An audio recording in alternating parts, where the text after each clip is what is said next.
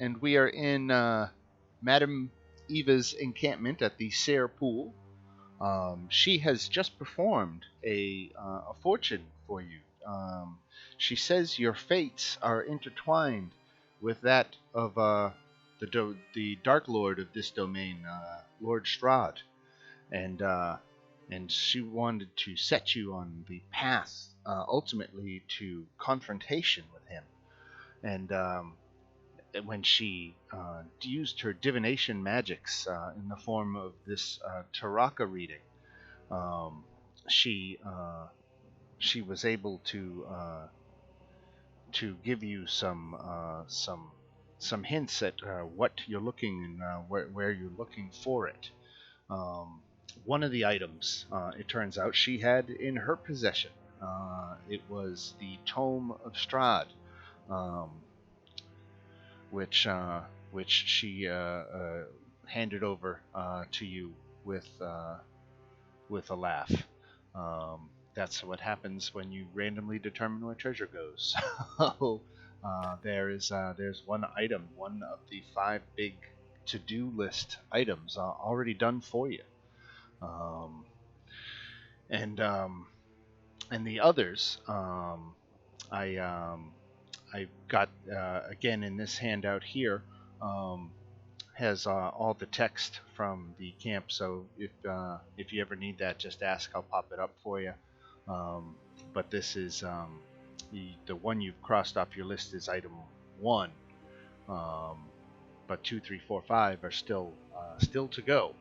And if any of you have been watching the chat room that goes along with our game, I don't think it's too much of a reveal to say that a couple of the items that you're looking for are in Castle Ravenloft, as it makes mentions of a fortress and or the Devil's Lair, and there's only so many places that could be.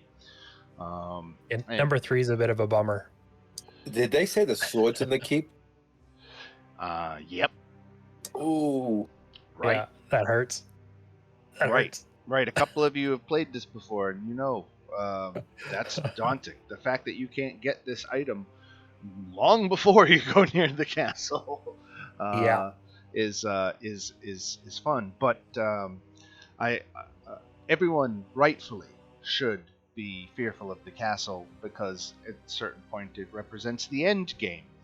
But I will offer you this, that the castle is actually built for the idea that you might explore it at lower levels. So it is not necessarily, some things certainly in there would be very deadly to a low level party. But if you were cautious, a low level party could get along okay. And so I don't want to scare you off too much. You should have a healthy respect, certainly. It's like the Master Sword in Breath of the Wild. I don't know. So that like a raiding party type thing? You can get it right at the beginning of the game if you really want to. Yeah. Right. So we're here in Madame Eva's camp. It is the afternoon.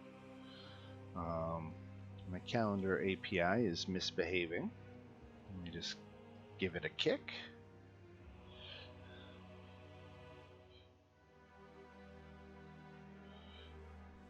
All right, so it is just like 1 in the afternoon, and you have had this reading done for you. I think somebody had mentioned something about wanting to get some horses. Yep. They have them for sale, but let me check.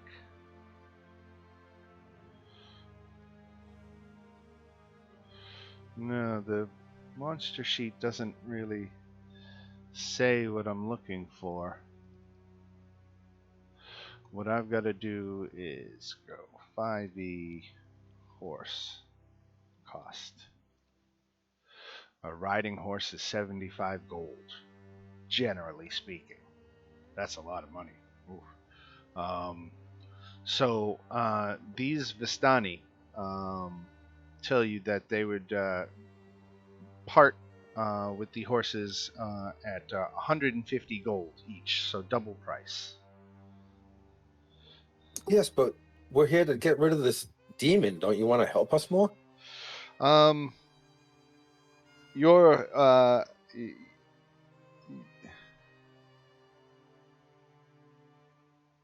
I'm sorry, I was just reading the comment there about sounding like a robot. I'm glad that fixed itself. All right. Yeah, these they just laugh very heartily, and they say, business is business, and um, and they're 150 each.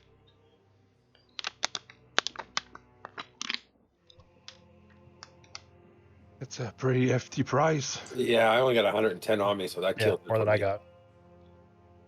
We can walk. It's not that bad. Oh, you have Irina with you too, don't you? Yeah. Yeah. I need to remember to keep her token handy because she's with you right now. Yeah, maybe the next time we pass by, we'll have some more money.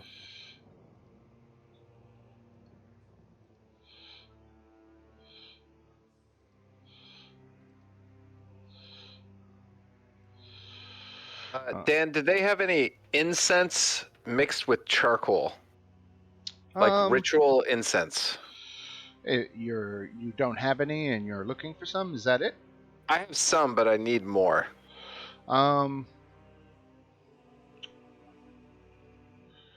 Ritual incense. Yeah, this is a material component for the spell Find Familiar.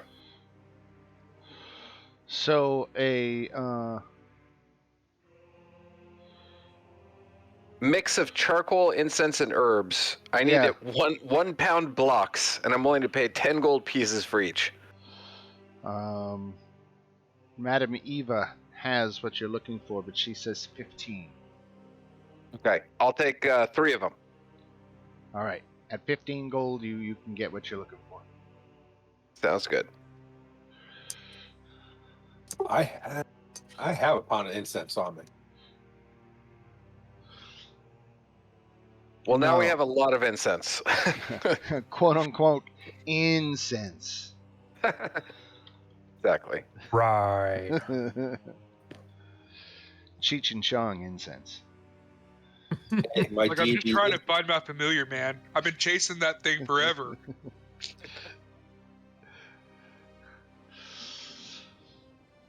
So the Vistani drive a tough bargain, but their prices are their prices, and there's not too much to negotiate there. You could maybe whittle them down 5 gold or something, but Nope, that's okay. right. I'm just buying it. So we are. Let me yank everybody over here. We're at the encampment here at the Serpool. It is the middle of the day, and you are on the low path here. Now, I know that there were some ideas discussed about possibly examining the Sear Falls area to see if you could find any hint of this mad mage. I don't know that that was a group consensus, but I know it was an idea that was ballied about. What do you What say? is the travel time to the falls, roughly? Oh, it's not much. A half an hour. Guys Yeah. want to waste an hour? Well, I mean, we're pretty close, so it's since we're already here, might as well have a look. Yeah, we're gonna have to. Yeah, I'm down for it. We're gonna have to camp outside anyway, so might as well take a quick pit stop. Okay. Yeah, it's better now than waiting until we're in Valaki or Kresk and Right. decide to come have a look and have to cross off the place again. So that's what we're going to do? Right. Dan's All going to have rolls on the way, I bet. All right. So I'm going to advance the time an hour for your walk to the falls. So it's about 2 when you get to the Sear Falls. Now, let me get the description of this area. Areas of Barovia, scroll to H. You follow the river to the base of a canyon, at the far end of which a great waterfall spills into a pool, billowing forth clouds of cold mist. A great stone bridge spans the canyon nearly 1,000 feet overhead.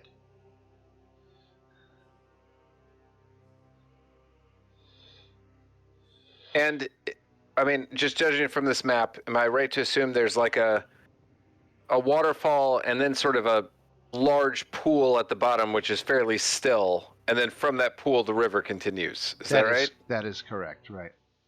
Okay. And it's a And it fairly large... flows this way? Right, correct. Okay. The chasm's walls are slippery and sheer, and can't be scaled without the aid of magic or a climber's kit, or you are able to fly. Is there a path around the lake though, or are the walls there also very steep? I mean, you can get around the edge. Okay. But there's not too much territory to work with before it gets unscalable. Okay. Now, what we heard, if I remember correctly, is that the mage had the battle with Strahd atop of those falls and then fell into this pool. Is that right? That is what is said. We have any swimmers here? I have something even better, but I need an hour and 10 minutes. So if you'll excuse me, and I'll kind of go off and pull out a metal brazier and one of those aforementioned blocks of incense and herbs and begin puttering about, lighting it, chanting, opening my spell book, this sorts of thing. Okay. Anybody hungry? I'll see if I can find us some food. Would this be called a short rest? I suppose we could. I could spend an hour if you wanted. There's got to be some fish around there or something. I'm always hungry. That's the secret. All right, we'll call it a short rest then. I'll advance the clock 1 hour. You can all short rest up. And this ritual, what does it do? So I'm going to cast Find Familiar, Okay. which allows me to summon my familiar in a different form than the one it is currently in. Okay. So it's currently an owl, and I'm going to turn it into a fish, a quipper, Okay. and deposit said fish after it is summoned into the lake and instruct it to swim about and see if it can see at the bottom of this lake the remains of this wizard or any evidence thereof. You got Nice. it. All right.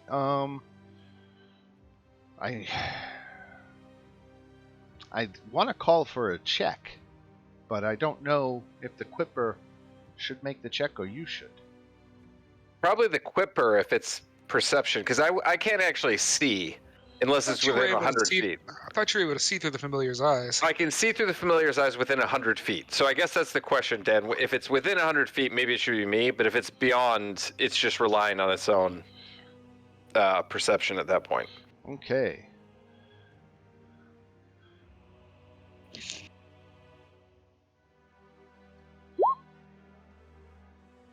Hey, not bad. All right. So the quipper rolled a 15 on their Woo! perception, and you found, or the quipper found, down near the bottom, wedged under a rock, is a half of a staff, a broken staff, a wizard staff, but clearly broken in half, and the other half is not to be found. All right, I'm gonna go ahead and take off my clothes and, I mean, keeping some modesty intact, and jump in this pool and swim out there to get that staff. All right. It's not clear how deep it is, but I don't think we'll quibble over such details, and say that with a little bit of effort, and maybe let's do a moderate athletics check just to make Oh. it subject to randomness. I did not think this through. It's an Okay. easy one. It's a 10. Oh, that's not that easy. Nope. So the problem is the getting down there and still having enough breath to get it dislodged and get back up. I will. I can do it. Yeah, I will kind of shamefacedly swim back and sputtering climb up, like crawl up on the bank, breathing as if I had just almost drowned, and say, a little help over here, please. I'll do it, but I won't keep my modesty. I'll make eye contact with everybody. No, I'll try it, I'll describe to the best of my ability where this staff is. and I don't make it. So That's awesome. fuck it. Fuck right. that staff. We don't need it. I'm gonna go into the water after I change that. Shape shift into more of a like lizard form to swim down better, Okay. and give this a try. Iguana Man. Ho! Oh, and we didn't get any music for that. Okay. Yeah, you rolled a 20. You should get a blue card. See, this whole thing was worth it.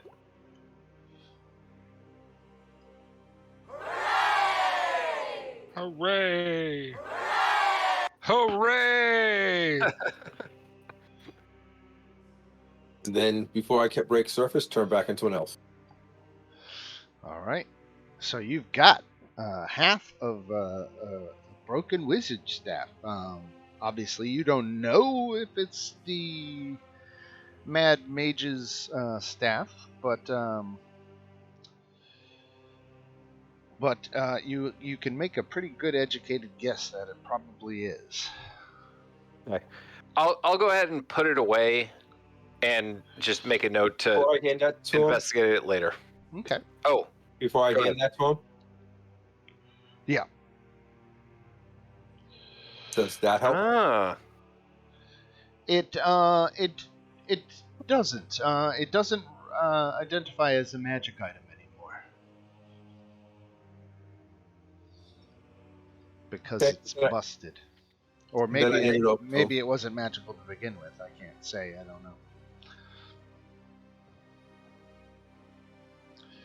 well, I'm sorry to have caused us all to come here, although it is a lovely place, but I was hoping for something more substantial. Can we see if we notice anything else, Dan? We can do a group investigation check. All right. Woohoo! I mean, it wasn't a bad idea. There very well could have been some Where I'm oils. skilled in history, would that help with the staff? No, not in this instance. It would. There's nothing to go off of.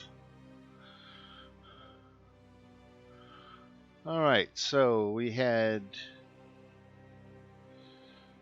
Given that I rolled a 7, while they're all looking, I'm going to be condescendingly telling them, look, I have investigated this entire place completely thoroughly, and there's nothing else to be found here.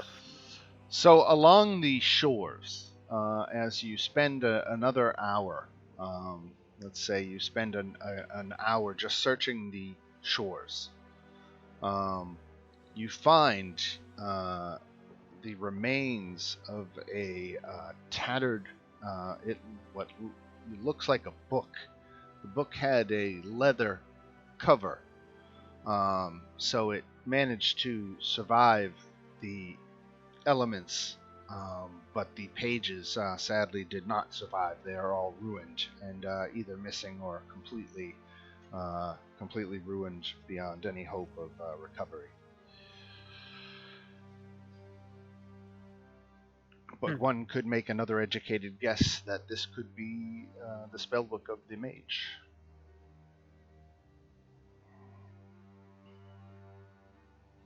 Dan, am I aware of any means to, I don't know, resuscitate a spellbook or reconstruct it? Or in looking at this, am I just convinced it's worthless?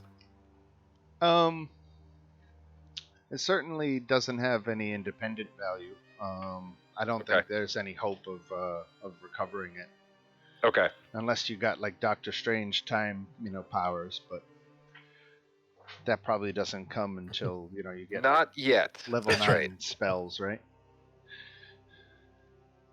I think that's right. Like a wish would definitely restore it. Yeah. But those are problems for the future. Not in this campaign.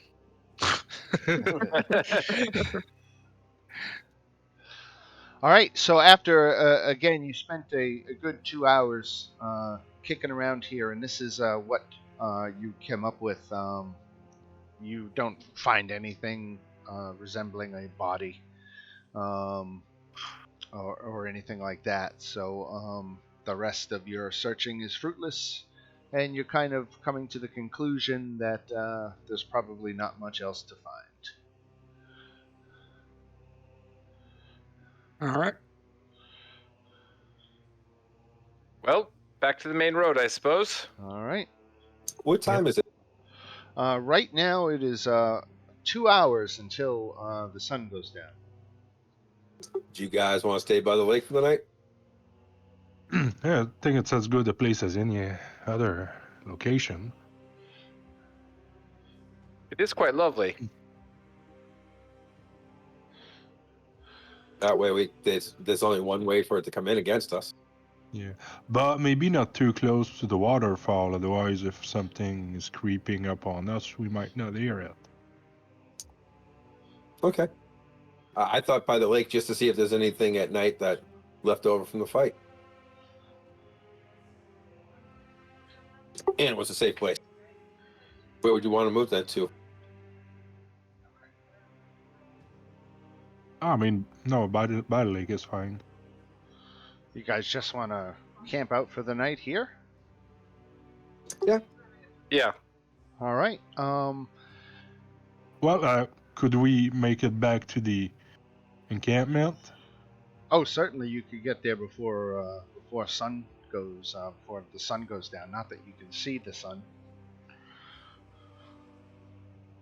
'Cause Either that way. certainly would be safer than just us out here. Staper in the middle of a bunch of gypsies. Well, who knows what lurks about at night here? Okay. Well, we can do that. Sure. A Okay, night spent at the Vistani camp. They would welcome you to stay and celebrate their traditions with them. Let's see. Let's go back here. As we're walking back to that camp, can I offer Murmur the silver short sword that I have? Sure. Yeah, she kind of just looks at it and goes, "Are you sure? I mean..." Yeah, I have the ability to summon a blade that can affect these kind of creatures, and I think, judging by those wolf tracks we found, this may be more helpful. Plus, you've been using that old hand axe, and I felt like you should get an upgrade. I appreciate it. Thank you. I just grabbed what I could find, so... She takes it and just nods her head in like a little bit of a bow, like, thank you. Awesome. Out of character, I am now back to being unencumbered from being encumbered. So this is a win-win for both parties. Nice. Nice. Great.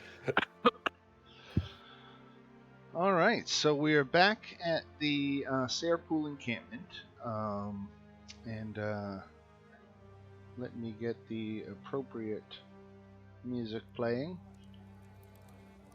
Yeah, making the globe and dropping the lantern got me unencumbered. Yeah, those modified encumbrance rules. I've never played with them. They're awesome, but also it's really easy to be encumbered. Yes, yes. You, Yeah. if your goal is to be fleet of foot, you've really got to make some sacrifices.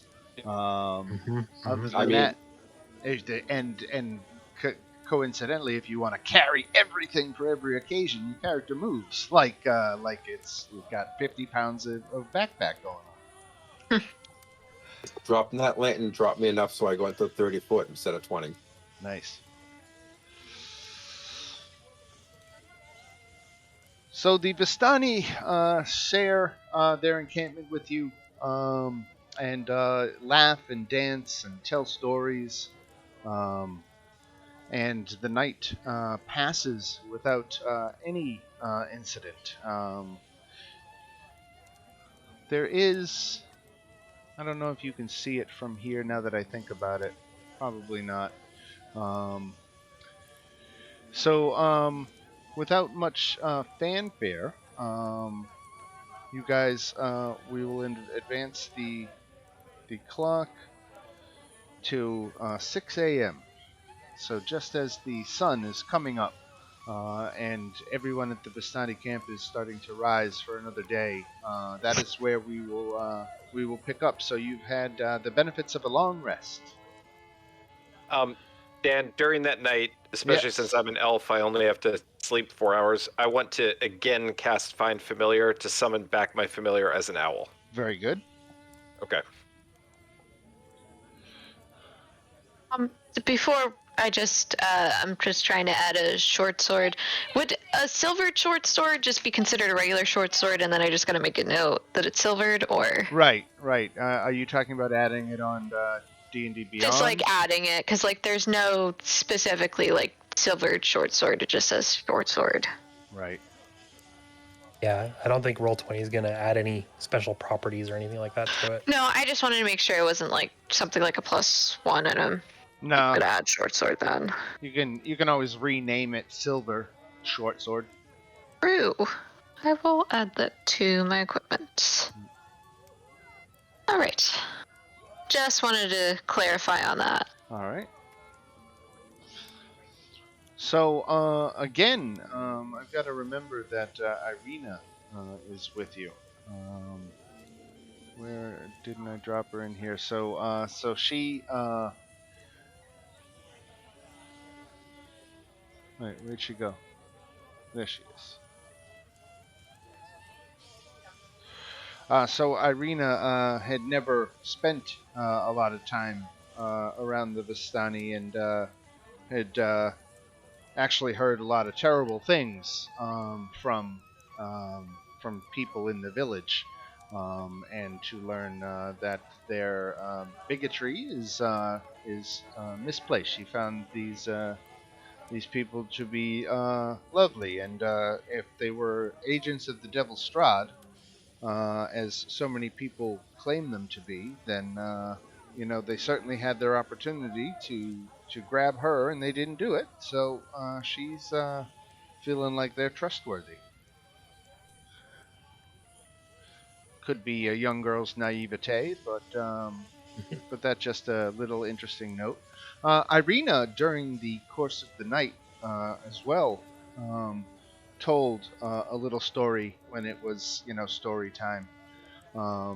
You might recall that she's the adopted daughter of Kolyan, and the fact of the matter is that Kolyan was out in the woods one day and found this young girl, aged approximately 12 years, and she had no memory of who she was or where she was from. The burgomaster ended up taking her in, adopting her, and raising her as his own. But it is a mystery about Irina's past that she doesn't know where she came from.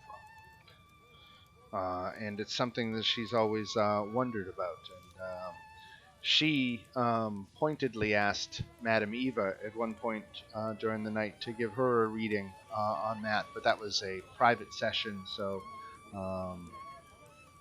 You don't know necessarily what was said to her.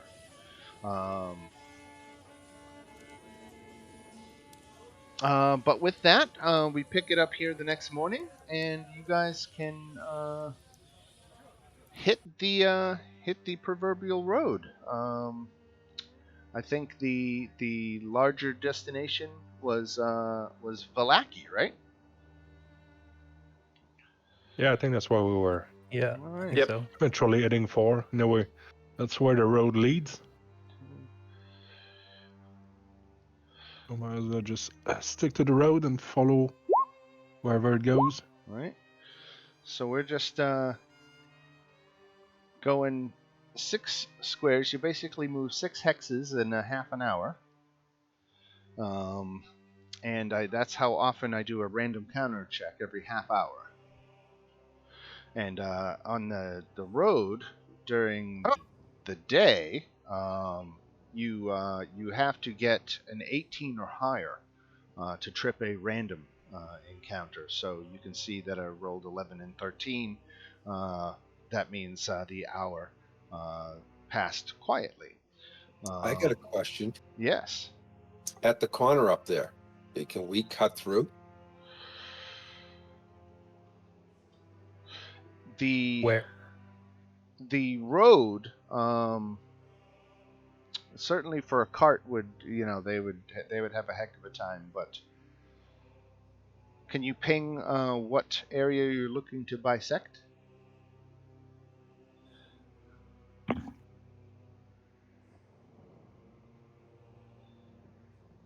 I see.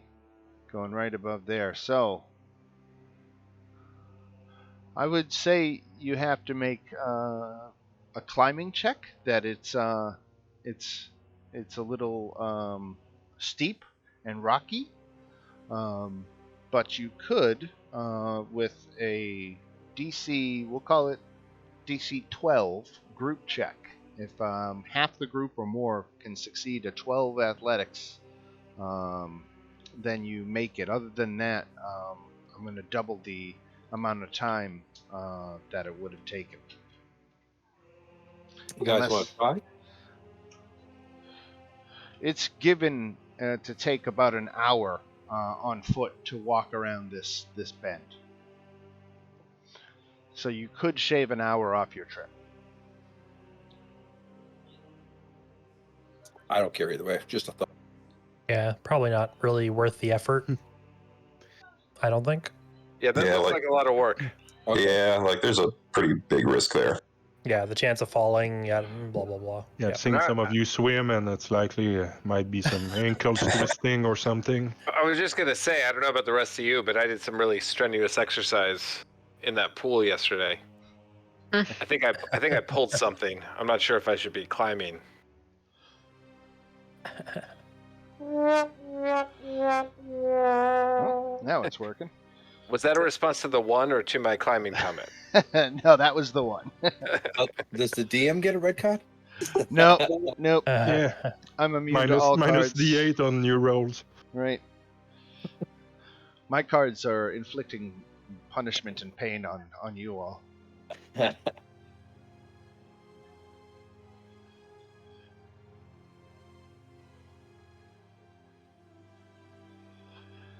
All right, another half an hour goes by.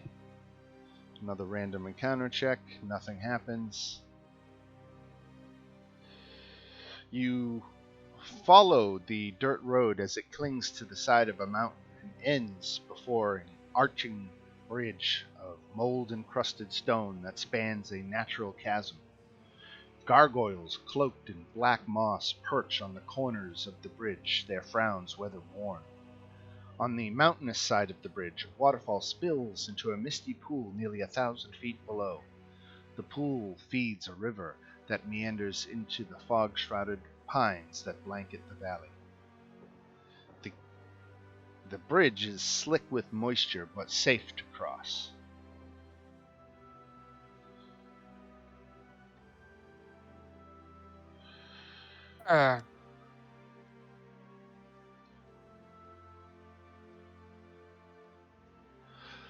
All right, so another hour goes by. It is now 9 a.m. And even here in the mountains, the forest and fog are inescapable. Ahead, the dirt road splits in two, widening toward the east. There you see patches of cobblestone, suggesting that the eastern branch was once an important thoroughfare.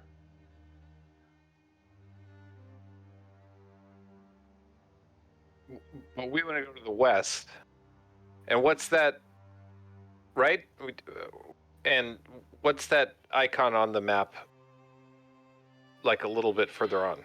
Right, so you've seen one of these before when you first entered Barovia. Let me find it in the handouts. Handouts, into the mists, the gates of Barovia. So there was one of these on the other side of the village of Barovia. And there's one up here in the mountains as well. There's this massive wall constructed that blocks the way and has a doorway big enough for a carriage to go through it, but it's old and falling apart.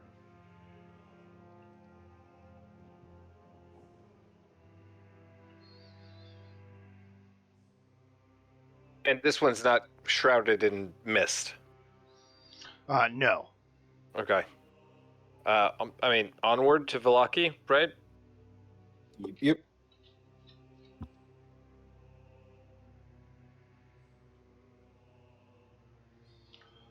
All right, let me get to next.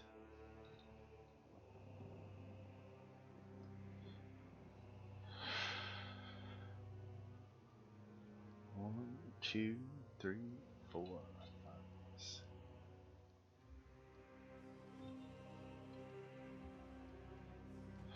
Okay, there's 2 more checks for another hour. Nothing happens, so advance the clock. There we go, and you're coming around this corner, and the road splits, and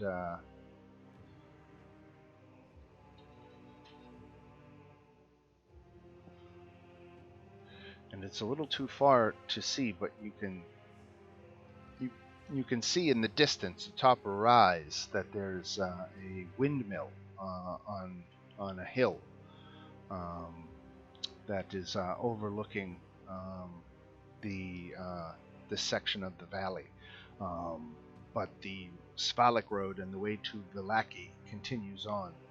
Did you want to take a detour or just continue on to Vallaki? I asked the girl if she knows what this is. She says that the ladies who make the pies, they live at that windmill and work from there. Ooh, I could go for some pie. Road trip? Kind of a strange location, though. Windmill with no farms around. Maybe they have things imported.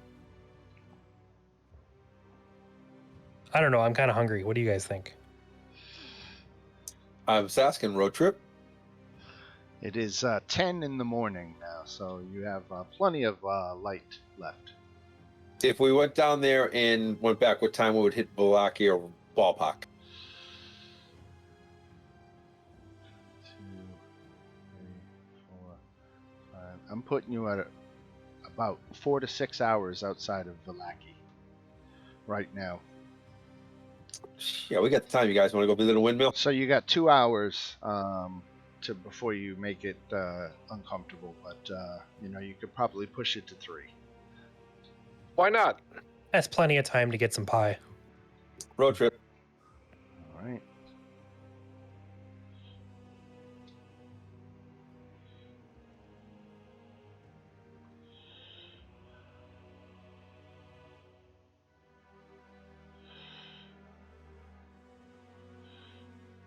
I'm just getting the appropriate stuff up here. So here's this. The old Spalak Road transitions here from being a winding path through the Balanok Mountains to a lazy trail that hugs the mountainside as it descends into a fog-filled valley.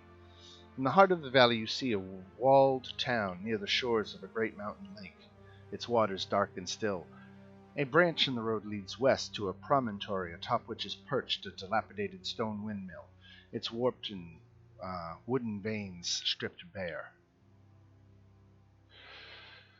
The onion-domed edifice leans forward and to one side, as though trying to turn away from the stormy gray sky. You see gray brick walls and dirt-covered windows on the upper floors. A decrepit wooden platform encircles the windmill above a flimsy doorway leading to the building's interior. Perched on a wooden beam above the door is a raven. It hops and squawks at you, seemingly agitated. And let me throw you onto another map. Well, that seems very charming. That place has seen better days.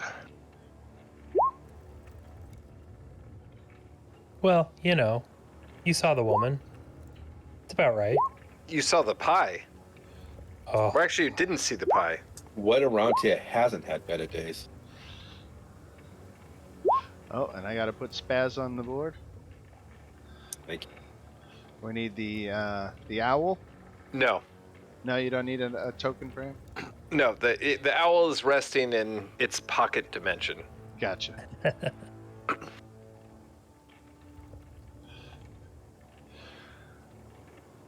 All right, so you got this windmill ahead of you.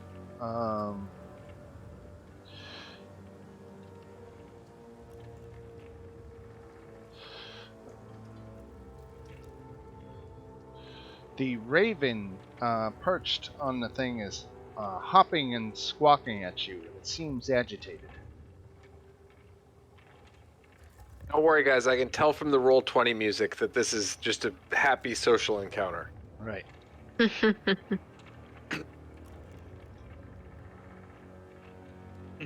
Can I try and tell which way the raven is agitated? Does it seem excited or anxious or? Why don't you make an insight check?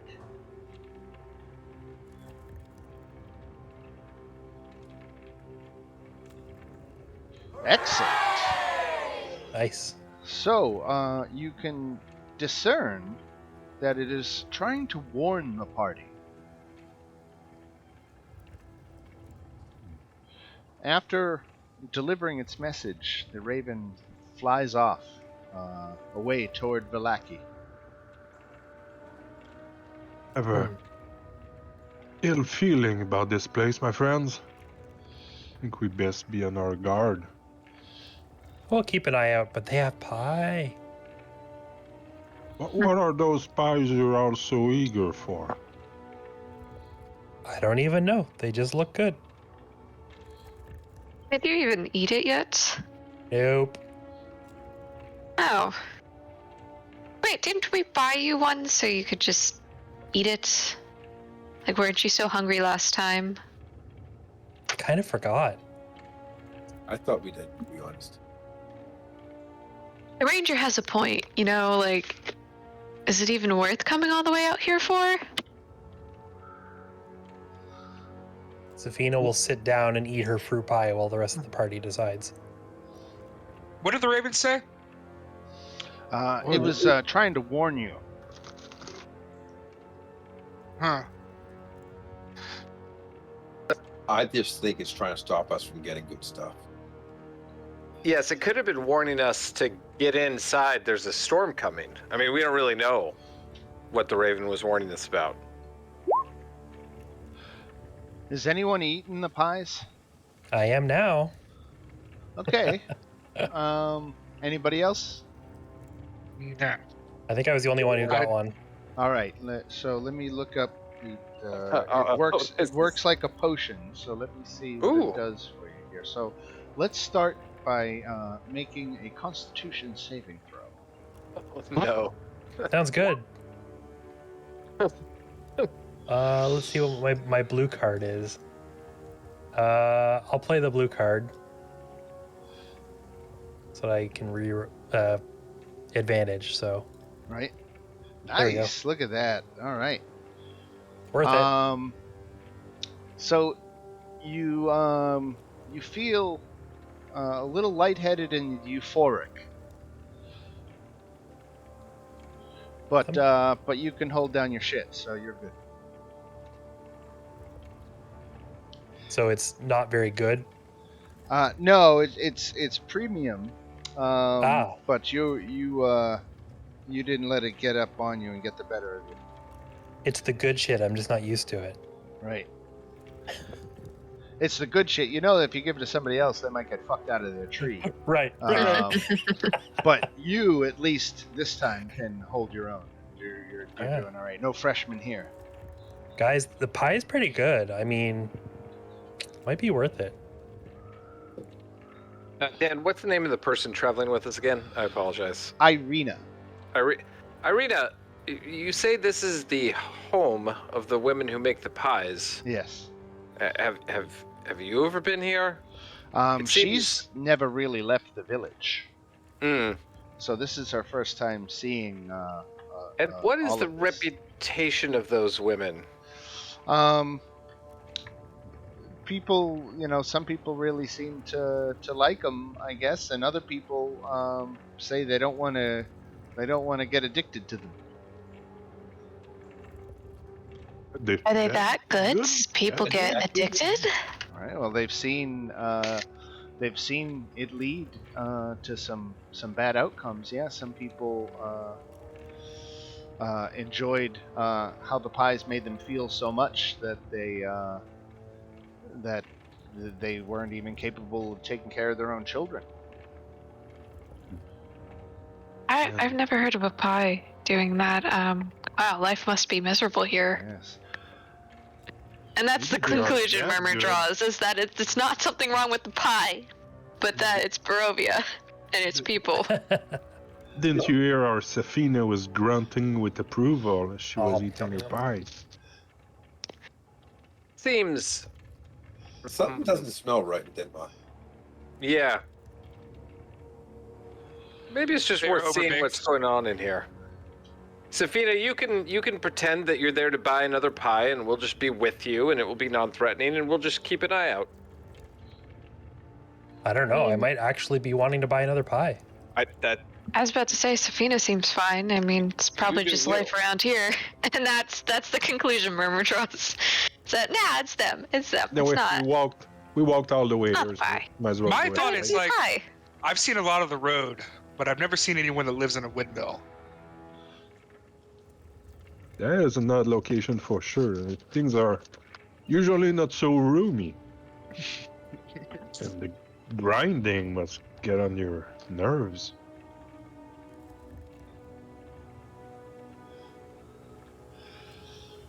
Well, let's go. Let's check it out. All right. Feel free to move your tokens.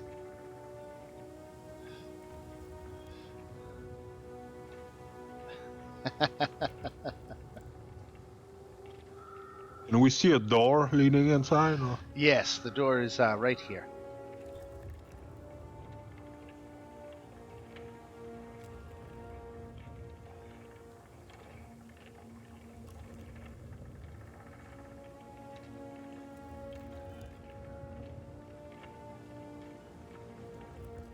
Bina, would you like to knock, or I'm happy to? Oh no, I'm pumped. Let's go. Knock, knock, knock. All right. And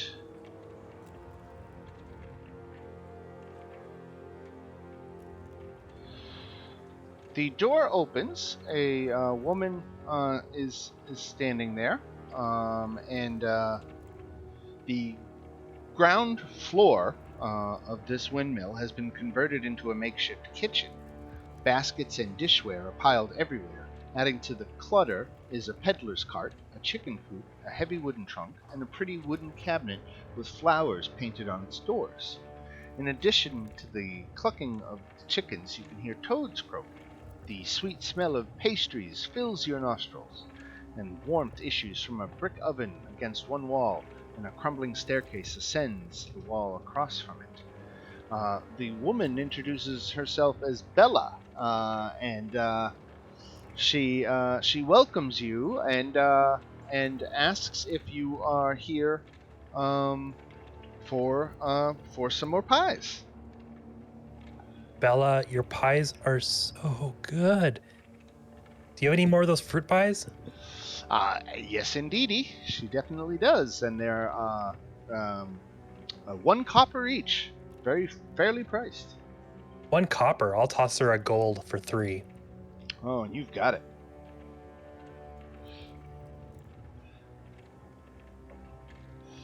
Okay, now that I see her spending money on it, I'm like, okay, I'm just curious, like, to see how it tastes. If Safina has such a strong reaction, I'll buy one. All right. Do you want to eat it, or you just want to hold on to it for now? It should last a couple of days. She'll break a tiny part off and just kind of put it in her mouth and see how it tastes. Okay. It's Safina's delicious. standing there like giddy, like, I can't wait to see what she thinks. Right. It's delicious. It is delicious. Okay. It is Do I need to, like, I see. Do I have to make a con check? You only had a tiny little crumb. I don't know that you're gonna have to make a con check for that. Alrighty. Well, yeah, just like, tastes good. Alright. Alright. Well, I guess life is awful here. Like, you know. And she'll save it for later, the rest. Bella, I'm curious how you can afford to sell such delicious pies at 1 copper piece. It seems like that couldn't even cover your costs. Safina gives him a smack. That's rude. Our pies bring such happiness that we want to make sure that they're available to all. The life in Barovia can be so trying. What are your pies made out of? All sorts of ingredients, depending on the one. And she goes through a litany of ingredients about what this pie has and what that one does and what this one does, but it's all above board. Well, I guess I'll try one as well. All right, if you eat a full portion, I do need you to make a Constitution saving throw.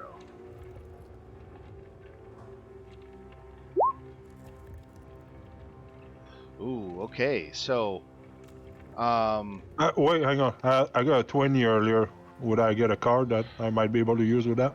oh yeah. If let me deal you one. So let's see what you got. You got turn a hit into a miss, or a critical hit into a normal hit. So unfortunately, it doesn't apply to this situation. So. You failed your Constitution save, and you fall into a trance for the next 7 hours. See, it's so good. During which time you are incapacitated and have a speed of 0. While in the trance, you are dreaming of being in some joyous place, far removed from the evils of the world. The places and characters in the dream are vivid and believable. And when the dream ends, you will experience a longing to return to this place. Do we see him just go like trance state? Yep. Yeah, he just his eyes gloss over, and he just kind of slumps right where he's standing and kind of goes right over. Medicine check, gonna help me out with this? Yeah.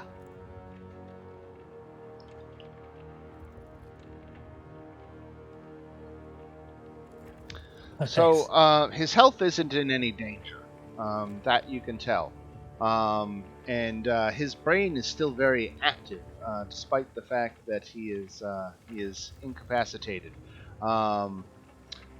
Maybe doing some damage to him might shake him awake. Backhand it is. Jesus.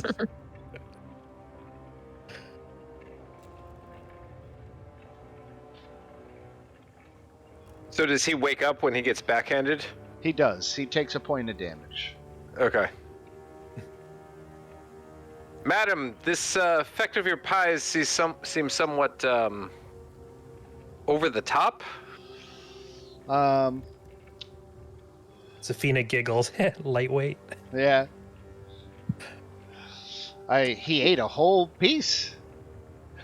What type of maybe drug maybe putting- next time just try a small piece.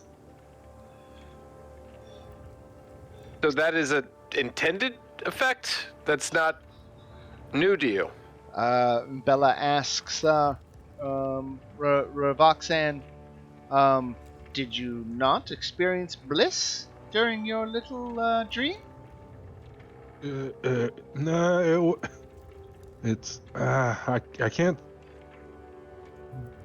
explain, but no, it felt got more of those pies.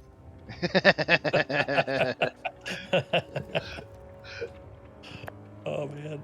Yeah, fish for coins in his pouch. This would look like that she's drugging them to us, right? Like she's what?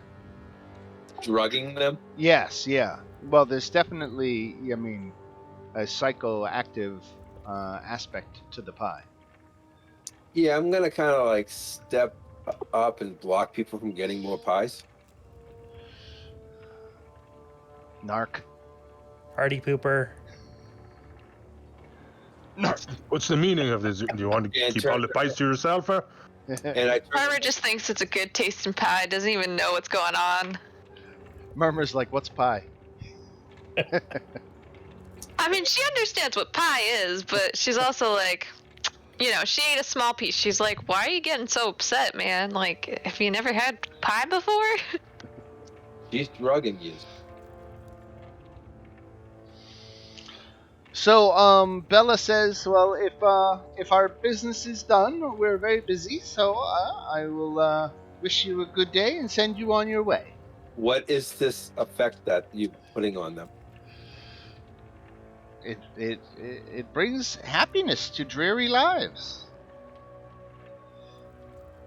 I can see how some people might need that around here. Right. Everything is just brown and gloomy. Yes, but according to Arena, there are families who are neglecting their duties. There are people who've lost their lives to these pies. That seems a little unnecessary. I'll let you guys in on a little secret too. But Mad Mary, you remember Mad Mary? Yes. The reason her daughter was able to slip out of the house unnoticed was because Mary ate one of these pies and took a little napsy. Oh.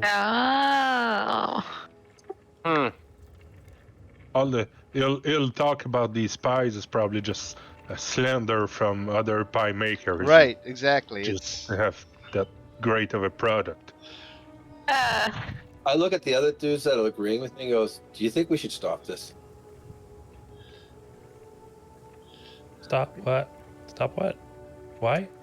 Stop them from drugging the people of this land. These people got enough going on. Maybe it's what they need. It didn't sound too healthy for everybody. I hate to say it, but It the felt ruler- great until I got smacked in the face. it's hard living in a country when your king is a devil. Fina just like folds her arms and turns around, like, whatever, guys. Alright, well, Maybe I mean- this is. Go ahead. Sorry. well, no, I was about to say, do we have any more business here, or maybe we can deal with this later? I think we can look past this for the time being, but don't do anything nefarious with your delicious pies. I'm Bean. Well, good day to you then. Come back when you want more pie.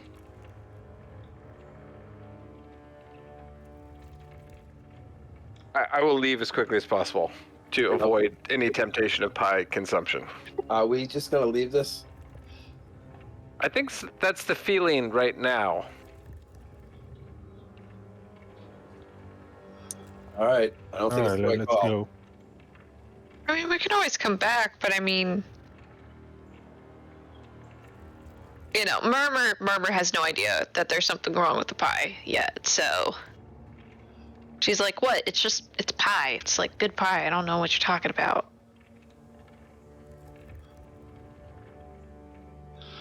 All right, so back onto the road to the lackey. Yep. Safina got her fill. All right. She's good. All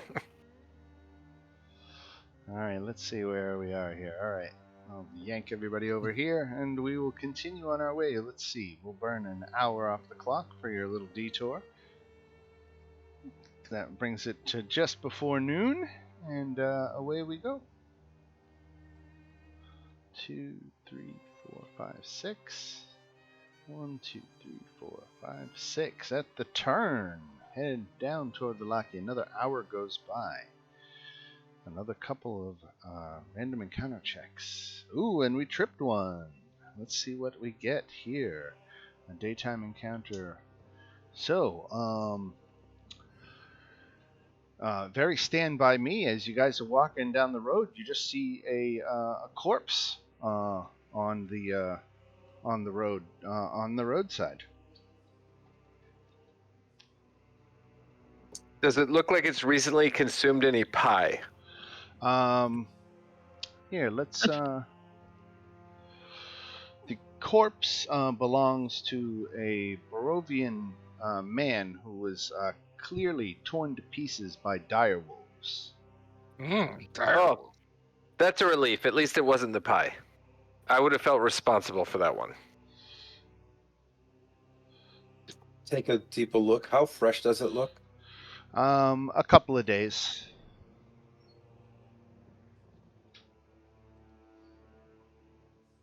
Yeah, I don't think we should hang around this area.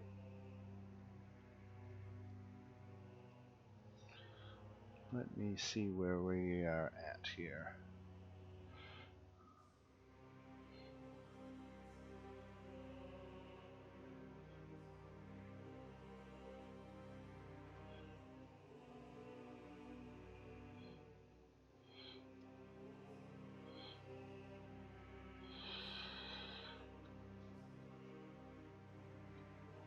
Okay, I got it.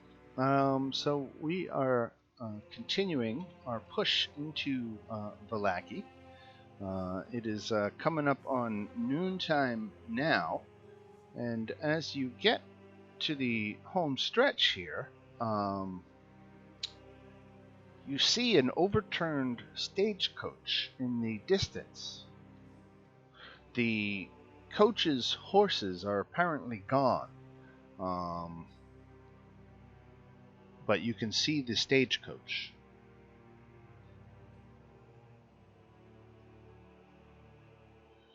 Well, we better keep an eye out. Clearly, a lot of strange things happen on this stretch of road here. Yeah. I think, See what happens when people are hooked on pie? right. I'm just gonna peer in. Is there anything inside the stagecoach? Let me see here.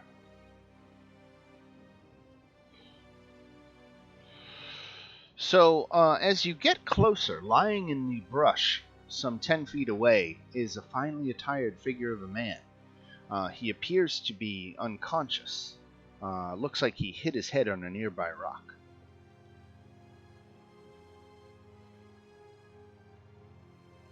So, go have a closer look at the man. Medicine time again?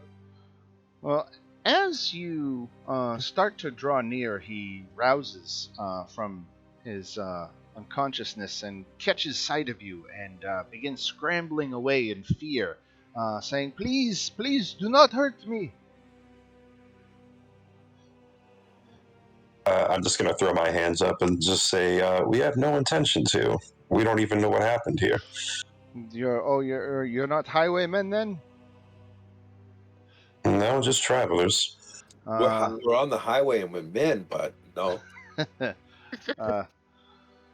Well, I apologize for losing my composure. Please allow me to introduce myself. My name is Vasily von Holtz, and as you can see, I have had a problem with my stagecoach. Would you all have weapons and things. Would you mind escorting me back to Vallaki this last mile? Naturally, it'll be a pleasure for us to do that, right? We're going that way anyway. One stronger is one stronger. Very, very good, very good. Let me retrieve my papers, and he goes into the overturned stagecoach and comes out with a black case. So, what happened to your carriage? Something spooked the horses, and they broke free and ran off. And I went careening into the ditch, and I must have fallen and hit my head. Did this happen earlier today? Yes, not that long ago. But it's hard to tell. I don't know how long I was lying unconscious. Where were you coming back from? I was coming back from the castle. I had some official duties to discharge there with Lord Strahd, or more specifically, his tax collectors.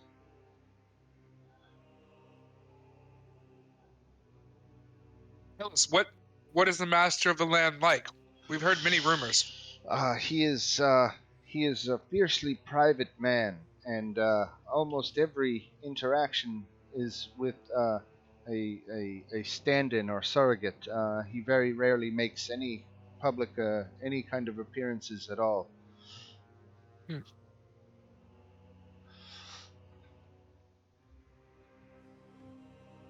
Interesting. Well, if that is all, then we can go on our way. And he personally thanks each of you. And when he gets to Irina, he actually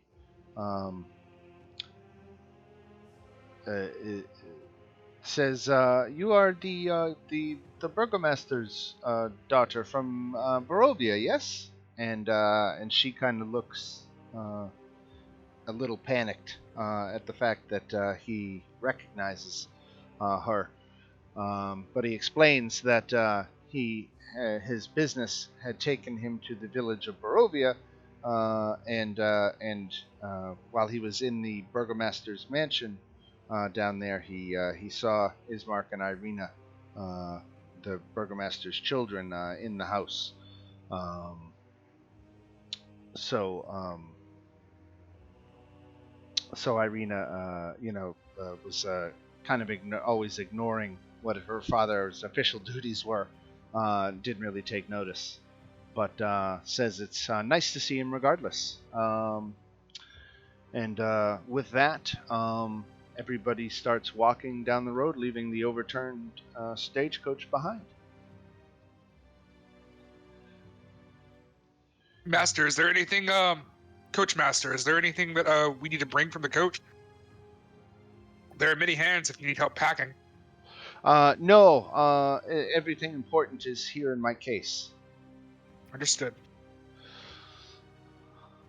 So you are approaching the walled city of Vallaki, and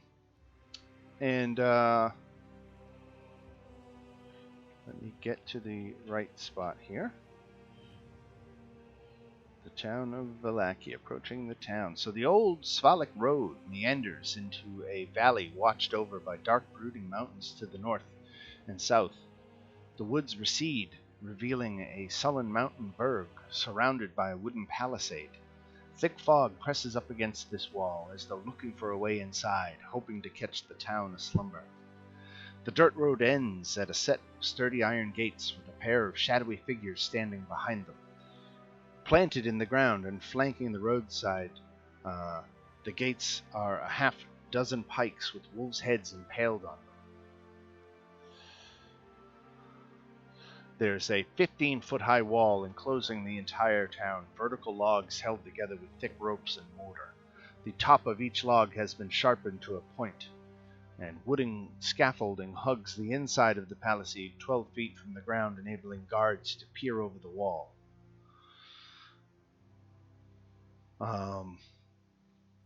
2 town guards stand just inside the gate, and they carry pikes.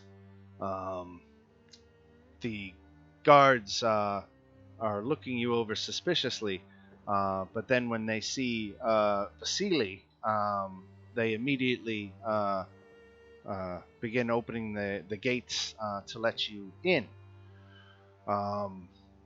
So you've arrived now at the town of Valaki. Let me check that clock here. I should advance it 1 more hour, so it's like 1 in the afternoon.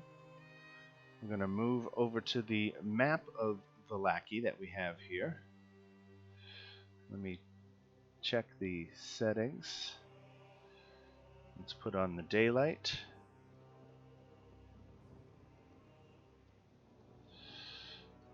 Is there a frequent trouble around here? It's so much fun in this city. So you posed that question to what? Vasily or to one of the guards? Vasily. Vasily says that it's a dangerous land filled with many beasts. Wolves, in particular, can be a problem. But the town of Valaki, with its big walls surrounding the town, doesn't have much trouble. I can imagine that, but the other hamlet of Barovia doesn't seem to have so many concerns there. Not 2 right. sticks leaning against each other. 3 cows could lay siege to that town. That's why not many people choose to live there, Vasily says frankly. Why are the wolves in this land so aggressive? It's unnatural. Well, if they have little to eat, they might need to turn to other sources of food. And from what we've seen, there's not much meat wandering around. Where there's little green, there's little meat, I suppose. All right. So you're approaching, you're entering the town from its eastern gate, which places it down near the shops and whatnot. Particularly if you go down into here, this is a large stockyard that has several locked sheds along its periphery and lies adjacent to a roomy warehouse. There is a wooden sign above the front gate that reads Arisek Stockyard. I'll put that in the text for you. Parked at the south end of the stockyard is a sturdy carnival wagon, its colorful paint peeling off.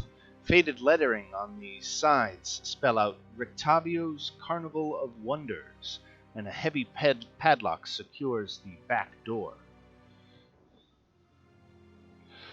The stockyard is a general store and facility where storage sheds can be rented.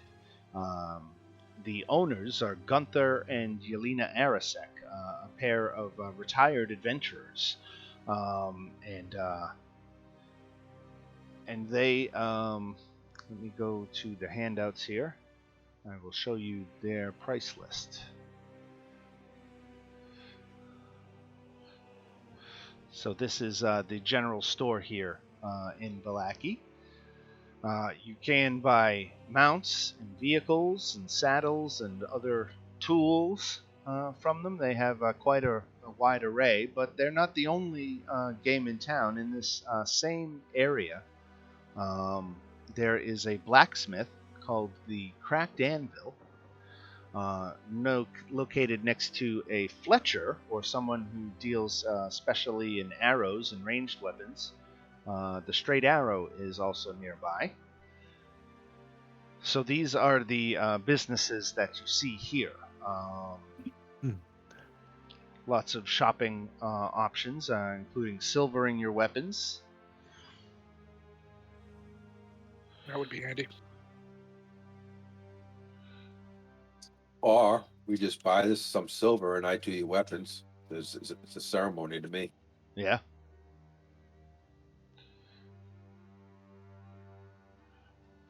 So that is that area of the lackey. As you get out here, a little bit off of the main path, there is an apothecary selling his wares, called Stavanovich and Sons Apothecary.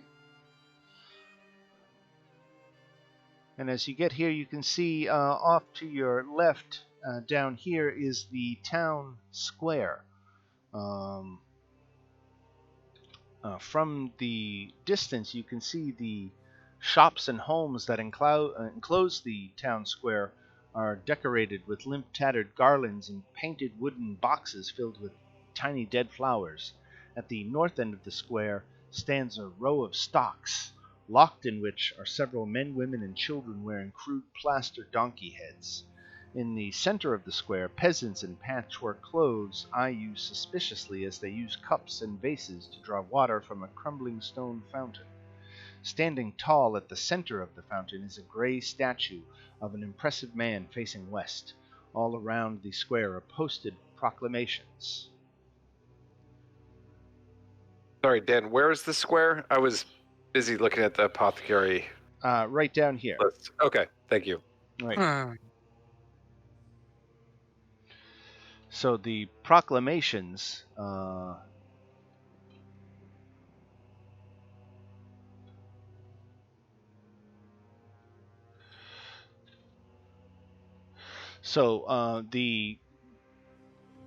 let's see, where is this? Let me find my spot here.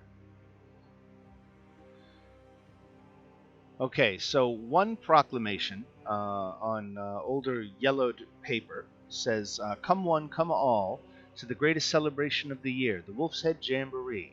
Attendants and children required. Pikes will be provided. All will be well. Signed, the Baron." And you can see that there's this man.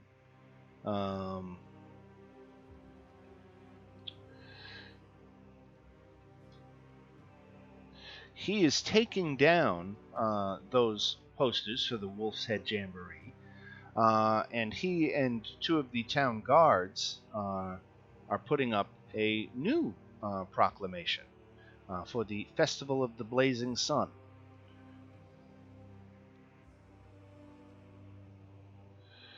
So this fellow Isaac is notable in particularly because in place of his right arm is a horrible black pointed monstrous like demon arm in place again of his right arm, and he is definitely commanding two of the town guard,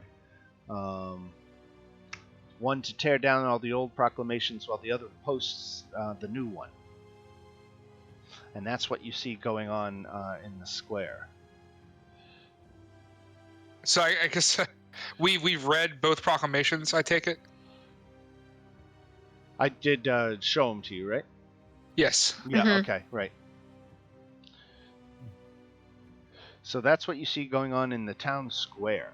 But unless you want to go down there to investigate any of this, we'll continue on the main road, and I'll detail what else you run into.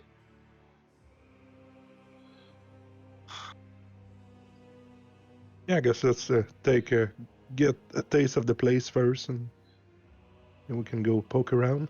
Are we still with Vasily? Vasily, now that he is in the gates, says he is going to return to his place, and thanks you for the escort, and provides you with 10 gold each.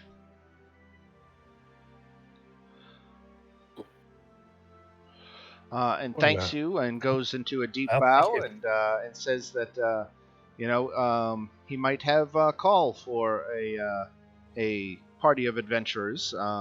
Never a bad idea to have friends who are mighty and capable.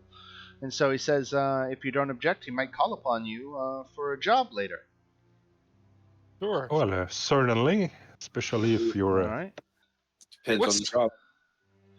We And need horses and carts. If you had to recommend one of the shops in town for horses and a cart, what would be the? I mean, you're going to be doing some shopping yourself pretty soon, I imagine. Where would you go buy one? Arisex is really, he says, the circumstances of life here in Barovia mean that we don't always have the luxury of choice. There are a few people who can do certain trades, and they tend to pass it down to their children. But he says Arisex Stockyard definitely has mounts and vehicles for you.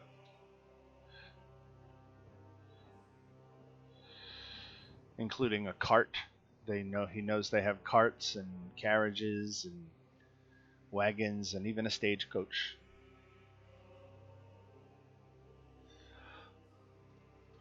Safina, I don't mean to alarm you, but that 10 gold pieces we just received could buy 1,000 pies. Her eyes just kind of light up. Hey guys, I gotta grab another water. I'll be right back. Yep. I think if we want to buy a horse and a carriage, we're gonna have to pool our money together. The people here seem to barter. We'll see if anybody needs anything done. Imagine. Well, I don't know about you, but I don't have much to trade at the moment. Yeah, but we have our services. Yeah, next time someone wants us to do something, they buy the horse. Correct. Yep. There you go.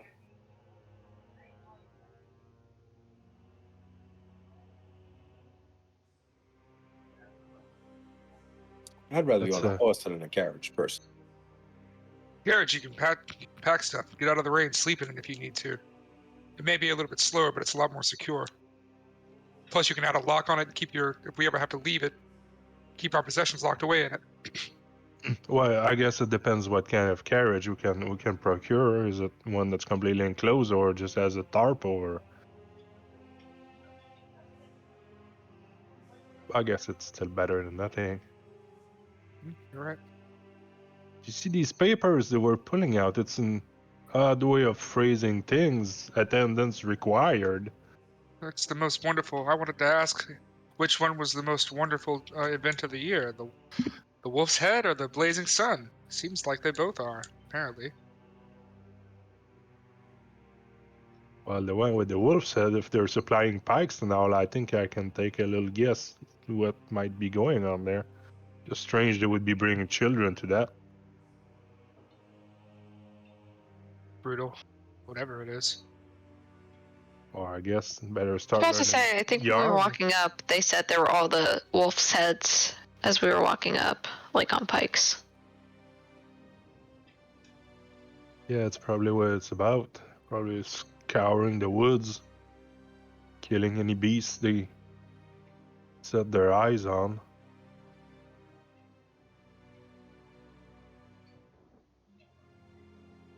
But yeah, like one said, it's strange they would be so aggressive. Normally, they're gonna stay well away from, settlements and all.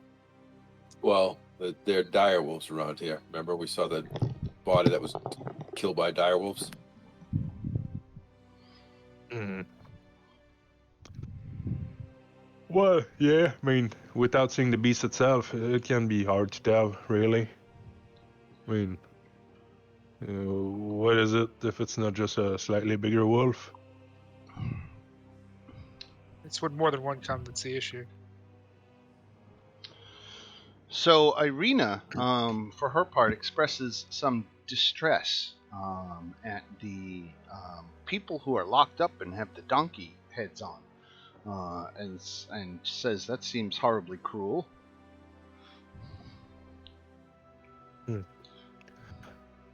What have they done to deserve that? Exactly. Is it not a thing back in Barovia? No, they don't. They don't make it a practice of humiliating people. And I think he asked torturing the them. question. I think he should go find out.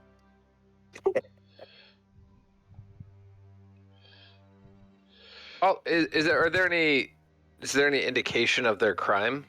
Is it listed anywhere? No, you don't see anything like that. But, one of those guards, if you want to stroll in this direction, one of those guards is in this area hanging up signs. Could always ask. I'll ask him.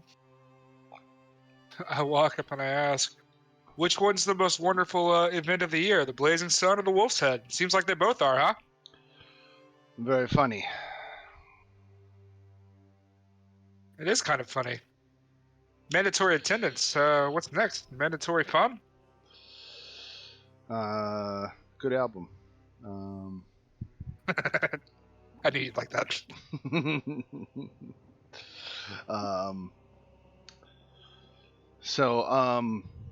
He says their crime was determined to be subversive by the burgomaster and working against his wishes. What was their crime? The burgomaster demands that everyone keep a positive attitude, and these people are maliciously unhappy. Does the Burgermaster live in Barovia as well? The burgomaster lives not far from the town square. Well, then he would understand why his people are unhappy. Maybe he took a walk around. And what was their maliciousness that they are being accused of? It is the Baron's belief that the key to deliverance from this fate that has been dealt us relies on people maintaining a positive attitude and not succumbing to the darkness around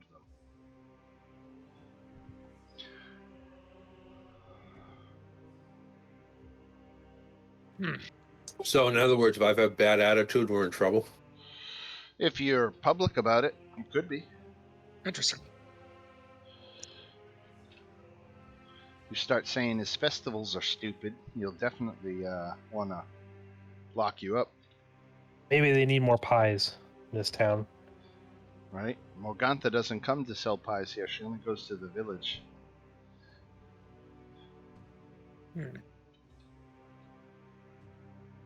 Interesting. Well, there's your issue right there. So you know of her even if she doesn't do business here? Say again? You know of her even if she doesn't do business here?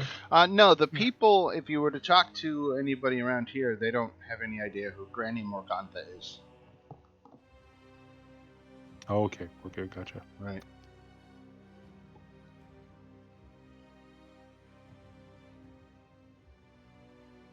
What's up with the wolves, anyways? They've always been a problem. It's just part of life in Barovia.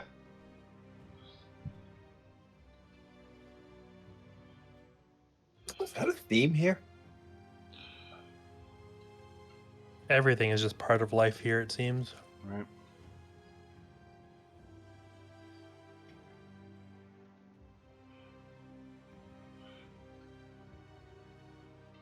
So we want to end up askance of the local authorities. We probably shouldn't do anything about the men, women, and children in the stocks, at least not right now.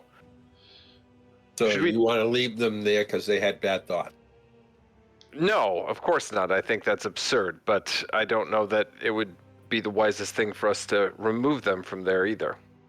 Maybe we can figure something out later. Wink.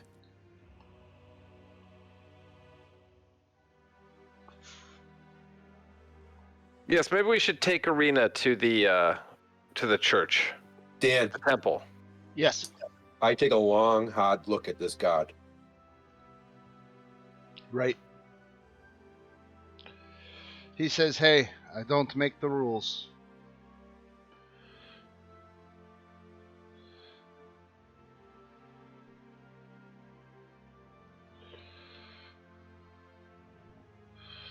All right. So if there's not much else to that you want to do here in the town square, we could move on.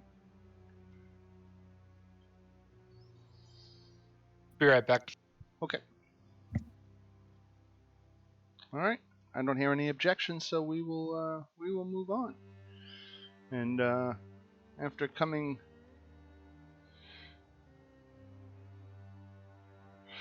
so as you come up this way, you actually see a cramped shop with a dark entrance portico.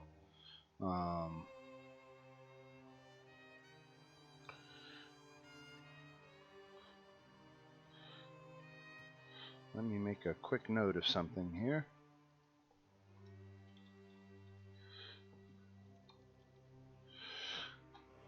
Let me get a handout that I have in another copy of the game real quick.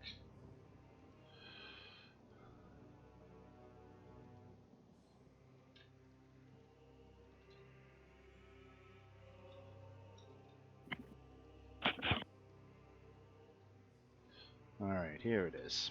Got it. So as you're coming up the street here, you see Blinsky's Toy Shop. The cramped shop has a dark entrance portico above which hangs a wooden sign shaped like a rocking horse with a bee engraved on all sides. Flanking the entrance are two arched lead-framed windows, and through dirty glass you see jumbled displays of toys and hanging placards bearing the slogan, "Is no fun, is no Blinsky." I just look over and say, this place makes no sense. It's a toy shop.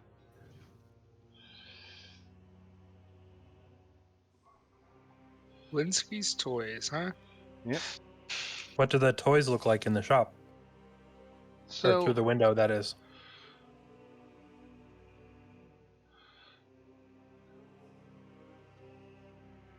So through the dirty window, you can see a miniature gallows, a wooden string mobile of hanging bats with flapping wings, a wind-up musical merry-go-round with figures of snarling wolves chasing children in place of prancing horses, a ventriloquist dummy that looks familiar, and a doll that looks remarkably exactly like Irina.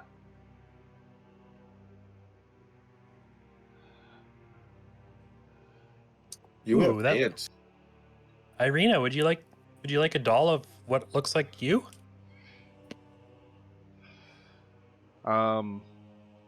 She says that's she says, isn't that cute? It looks just like me.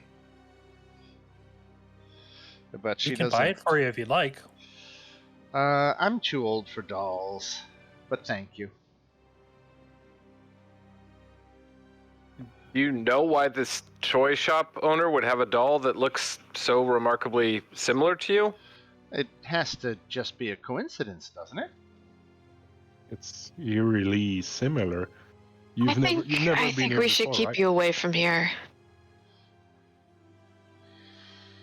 Oh, and you are kind of scaring her a little bit. She's like, I don't listen. I don't like that it looks so much like you.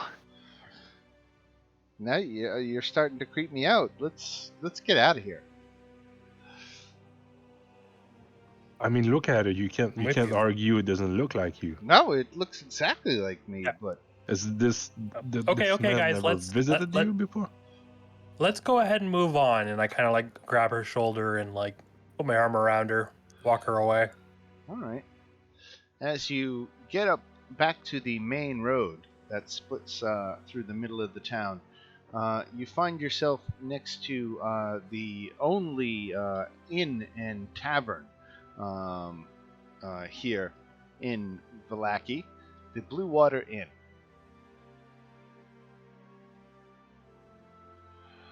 Well, that sounds pleasant. It's nicer than at in Barovia.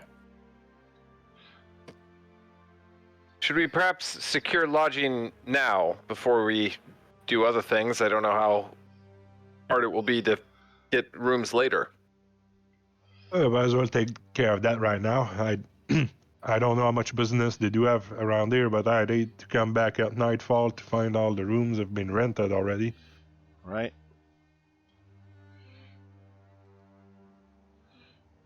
Yeah, so I'll head into this inn. Alright, gray smoke issues from the chimney of this large two-story wooden building with a stone foundation and sagging tile roof, upon which several ravens have perched. A painted wooden sign hanging above the main entrance depicts a blue waterfall.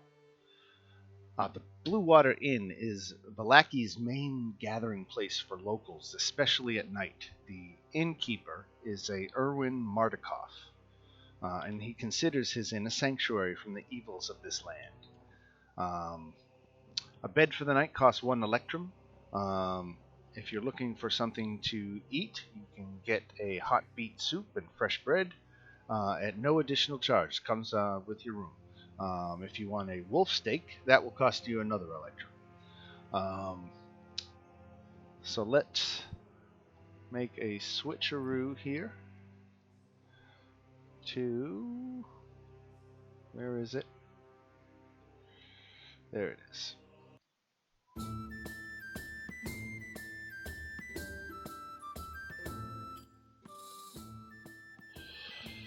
Alright, let me drop your tokens on the map here.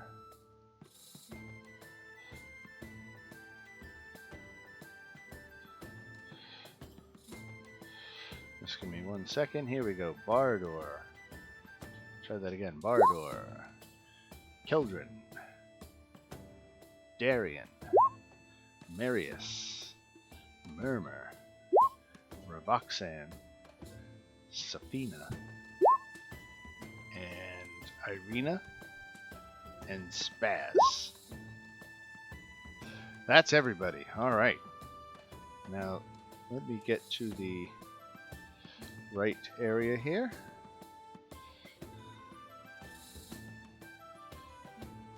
Safina, with this music going on, don't get carried away and eat too many pies. Oh, I'm saving those for later. I think they got more around there. You can see a well off to the side of the entrance. It's a 3-foot high stone rim, moss-lined well. And then you can see over here the outside staircase. There's a wooden staircase hugging the outer wall of the inn, leading up to what a sign says, our guest quarters on the upper floor.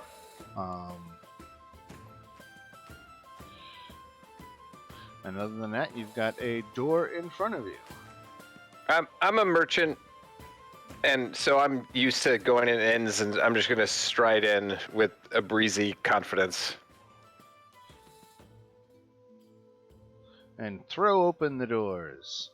And the damp cloaks hang from pegs in the entrance portico. The tavern is packed with tables and chairs, with narrow paths meandering between them. A bar stretches along one wall under a balcony that can be reached by a wooden staircase that hugs the north wall. Ooh, and you guys don't see anybody in here, do you? No. No. Let me fix that right now. I see Danica. Oh, now I see everyone. Right. So it was a lot more busy, so I wanted to drop those before we went any further.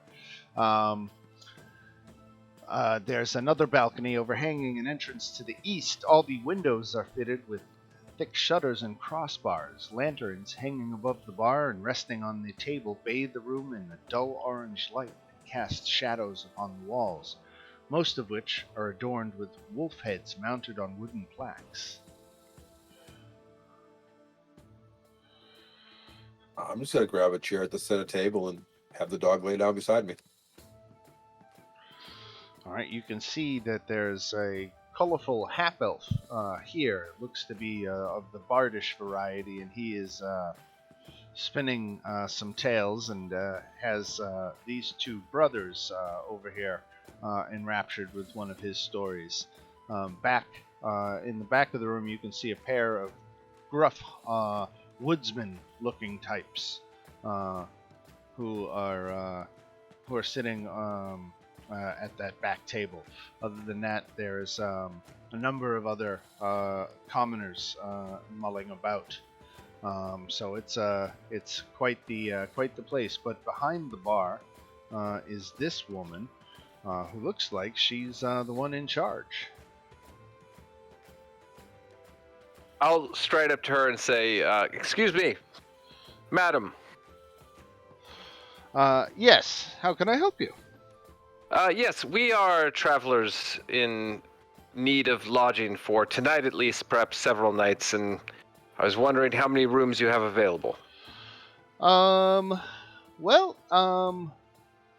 right now, let me double check something. I know those. Okay, so that's got to be where Rictavio is. She says, how many are there of you?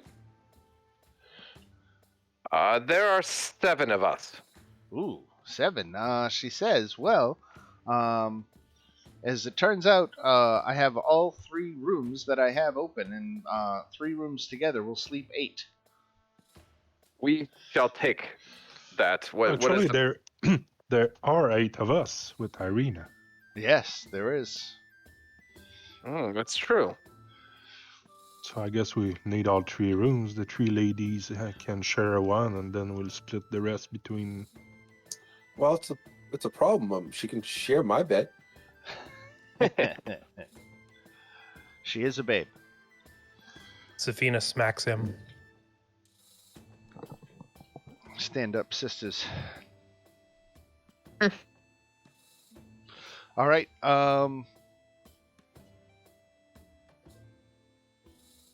So you've got lodging secured for the night.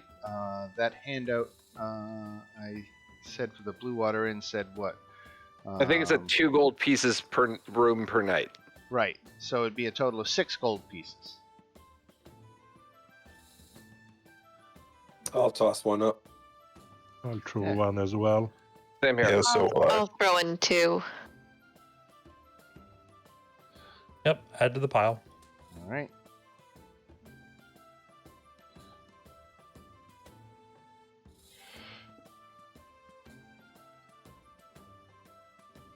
All right. Well, with lodging solved, should we go to visit the temple that we're supposed to take Irina to? Before we take off, I asked the barkeep about the wolves around here.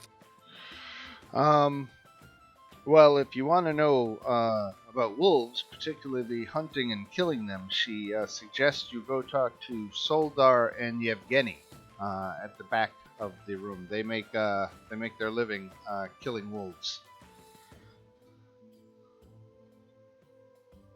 I guess I'll walk over there and talk to them.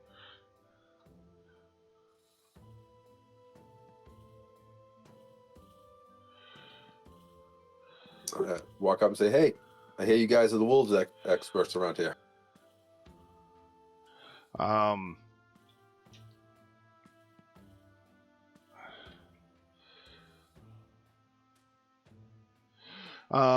So Soldar is one of these fellows. And where did I get the other one? I know. Here it is.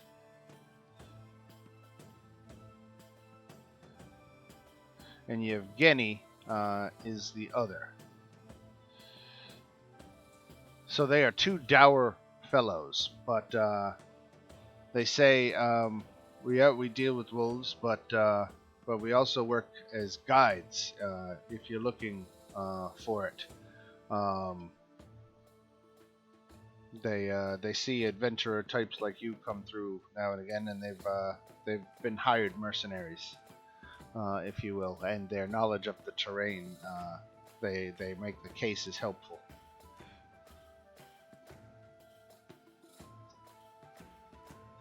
And what would this guiding cost us?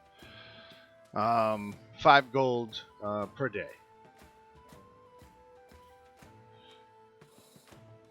We'll let you know on that, but what can you tell me about the wolves and the dire wolves in this area? What exactly do you want to know? How bad are they out there? We have to try. You got a small army all together with the 7 or 8 of you I saw. You should be fine. I wouldn't let that girl anywhere near them though. She'll be a liability in a battle. Why is that? Look at her. Has she ever swung a sword in her life?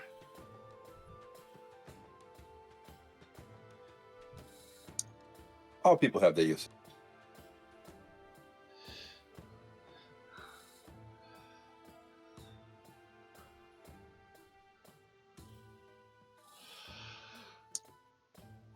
Well, anything else to say? Not really. That I just say, okay, we'll let you know if we need your service. Very good. You know where to find us. Then I go back and tell the rest of the group. I don't know what they were doing. Right.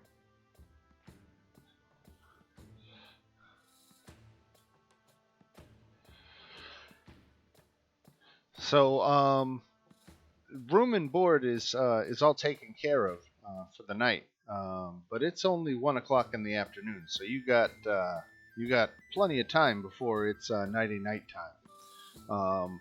You know that Irina supposedly had a family friend in Father Lucian Petrovich at the church here in Vallaki, so there's still time to go see what's going on there. Or you could explore the rest of the town. Unless there's other people you want to talk to here at the inn right now. Let's come back to the people at the inn this evening, and let's get Irina to where she's supposed to be before we tackle anything else. All right, let me jump. All right, so we're out of the Blue Water Inn and back in the map of Vallaki here. Again, you are not too far from Blinsky's toy shop. As you continue, you had to ask directions about which way to go to the church. Or maybe I shouldn't presume that you did. Maybe you're trying to keep it hush-hush. What do you think? Did you ask? Yeah, probably try to kind of figure out our own way. Do we have a map or no? No. Was there a town map available at one of the handouts? Arisex could, Oh, yeah, the barkeep if she knows. She already knows. I kind of want to. Yeah, I think it's good to keep it on the down low. So, I think I'm gonna go see if we can grab a town map. Figure it out on our own. Unless anyone has any other ideas.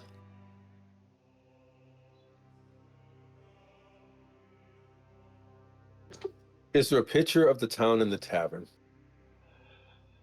You know what? Yeah.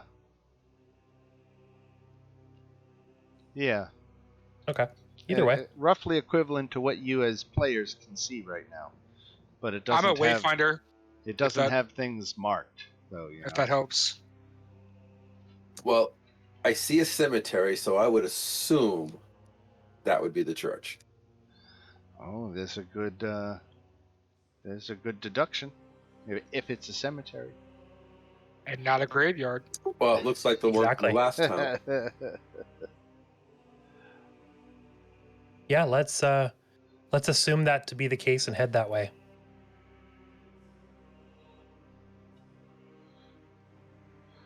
All right, you make your way through this main boulevard, and there's a bookstore and a doctor's office, and then other just private residences, and you even you see on the left side of the street here, an orphanage, St. Andrew's Orphanage, across from St. Andrew's Church.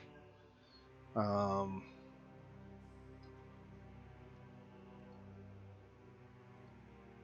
kids. Oh, I didn't give you this. Back in Arisek's stockyard, I described a carnival wagon to you. I should have given you that. That parked outside the stockyard? Yep. Okay. All right, and here we are. Areas of. So later tonight, we get out the incense and we take that for a joyride. So, right. First we got to eat like 7 or 8 pies, all one in a row, and then it's on. It's better if you snort it. This slouching, centuries-old stone church has a bulging steeple in the back and walls lined with cracked, stained-glass windows depicting pious saints. A fence of wrought iron encloses a garden of gravestones next to the church, and a thin mist creeps among the graves.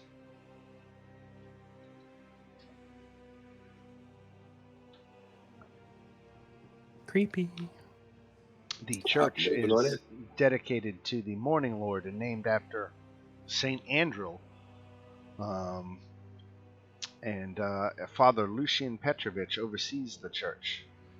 And let me throw you on the church map.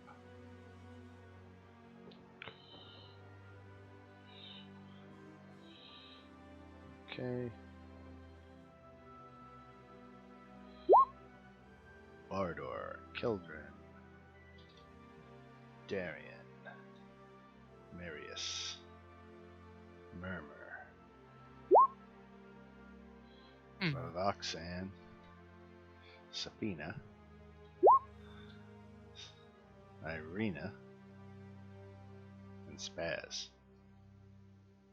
All right, so you arrive here at the church. Only one way to go, in through the doors, so I will throw those open to you.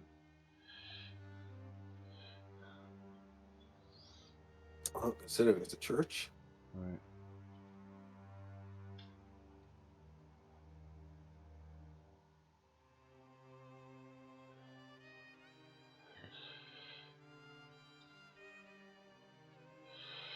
So there is Father Lucian, and Irina walks into him, and he's got a congregation of people here, men, women, and children. And Irina comes up and throws a hug around him. Apparently, they're distant family. And Father Lucian asks what the visit is, and Irina leans in and quietly says to him that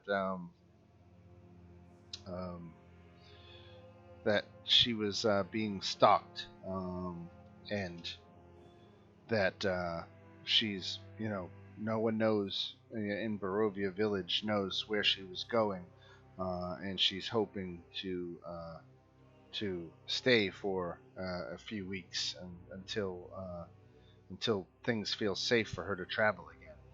And Father Lucian agrees. He says he has a spare bedroom and can put Irina up for as long as she needs. It's very generous of you. Irina looks back at you and says, "Do you think that I should stay, or would I be safer if I just stayed on the move with you?" I would say definitely not with us. We have no way to be able to protect you if we're ambushed or something. I asked the father, what's the 911 on the area? How safe will she be? He says the church is a holy place, and no monsters will make their way in here. You can guarantee that? He says he has never seen it happen.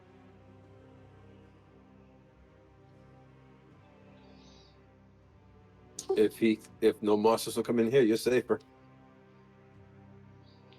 Anybody else have any opinions on whether Irina should hunker down or travel with you? Oh, no, Seems she like should definitely stay here. Yeah, it seems like she knows Father Lucian and trusts him, so I mean, the town seems pretty safe, so I don't Yeah, know I got one. whether we can say about anything else around here.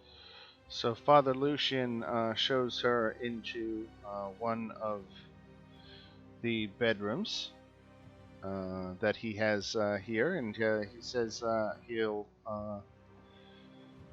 be able to attend to anything she'll need. I asked her if she wants me to leave the dog with her, if there's trouble, she can send them for us. She says that would be. She's grown actually attached to the dog, and she says that would be a lovely gesture.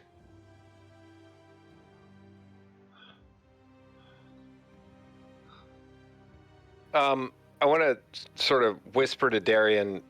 Should we tell him about the priest in Barovia who turned out to be a serial killer? Is that, or do we not mention that? It doesn't seem relevant right now. I don't think they're all going to be serial killers. Should we check the basement before we leave? Or he might want to send another priest there if they the same god. Yeah, it is. They're both churches of the Morning Lord. Obviously, this one is in a lot better condition than the one in Barovia. Should I guess it's not really our role. Should we inspect the place? Make sure it looks safe to us? That sounds like a good idea if it would brook no offense. Father Lucian says he would be foolish to turn down a security assessment with such eagle-eyed experts. So have at it. What do you guys think? I think we should tell him about the other town just to see his reaction.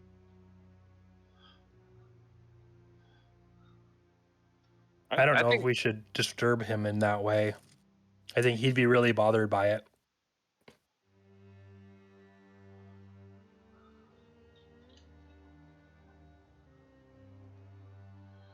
Well, maybe when there's not as many people here, Also, we a can good talk point. to him. so maybe we should just investigate the church and just keep a special eye out to see if there's anything untoward Right. that would make us suspect something.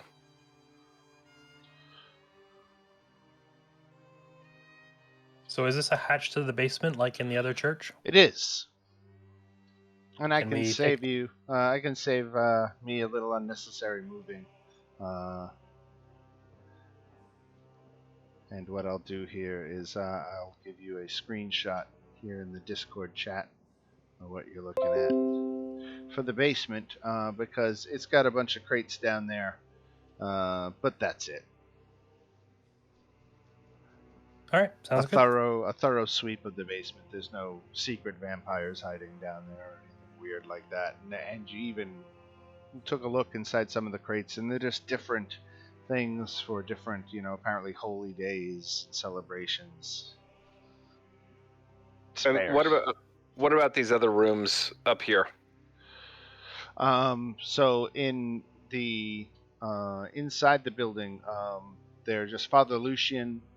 His office is right here, and Yeska is one of the children who is being instructed in the ways of the church. He's going to actually grow up to be a priest one day. So what that makes him an altar boy kind of thing now, I guess. So Yeska sleeps here and has this bedroom down here, and then the others just spares.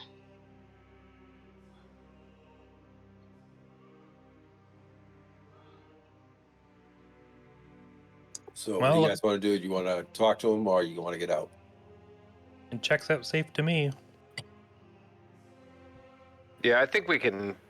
She seems like she's in good hands. So tell him nothing, and where do we want to head next then?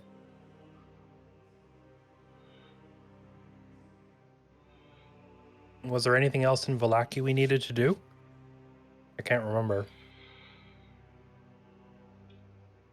No, there's a lot of things in Vallaki that are interesting. There's particularly Right. there's that individual who sort of hinted at a job. Maybe we could. Right. Well, we still got the stockades to deal with. That too. Now, do we want to go deal with that now, or since she's not with us, or you want to check something else out?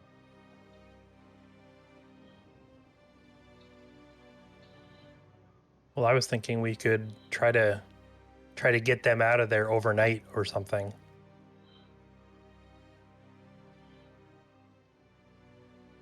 It might be worth having a look, but I don't know if we would want that kind of attention on us. Or do we just want to scout the whole town to see what we're dealing with? That sounds like a good idea. Yeah, let's go for a walk around.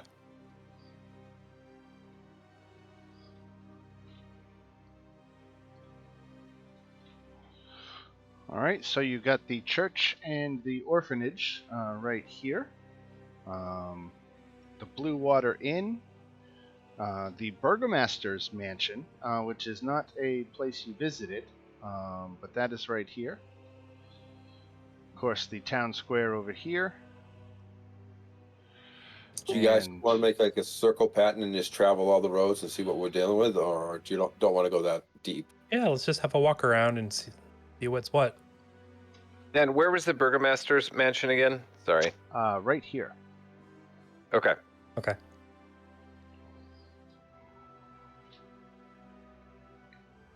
Yeah, so we're just gonna go for a walk and see what's what.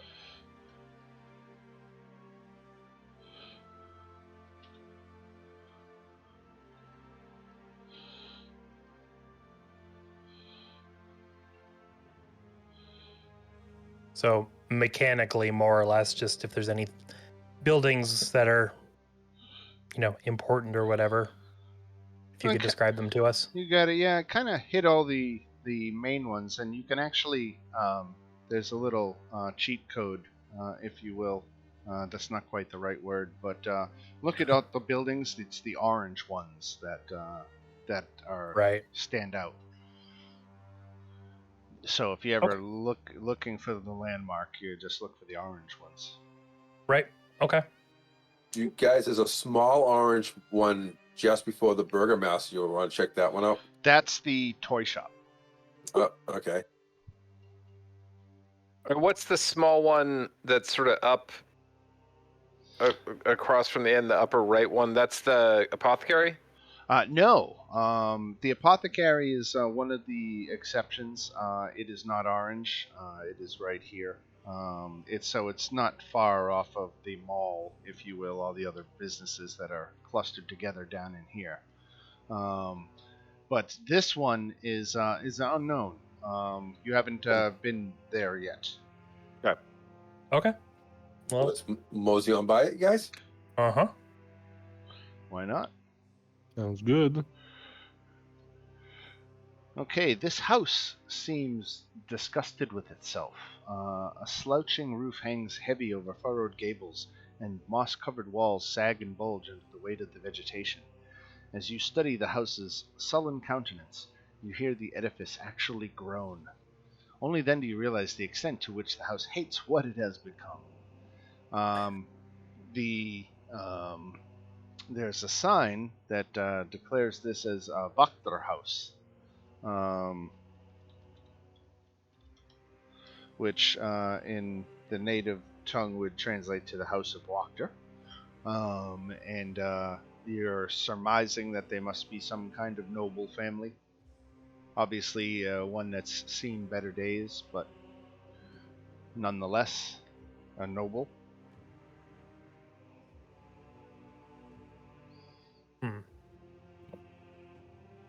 All right, we'll just kind of note that. I don't think we have any reason to go knocking on the door here. Yeah, I was kind of thinking that same thing, or, if we just want to introduce ourselves, but I think we're kind of doing the opposite, where we're trying to stay kind of down low. Well, at least you don't have Irina with you now, so you're not exposing Right. her to any, right? Right, exactly. Yeah, I think we should keep it quiet until after tonight, because we're probably going to cause a little trouble tonight. We just might.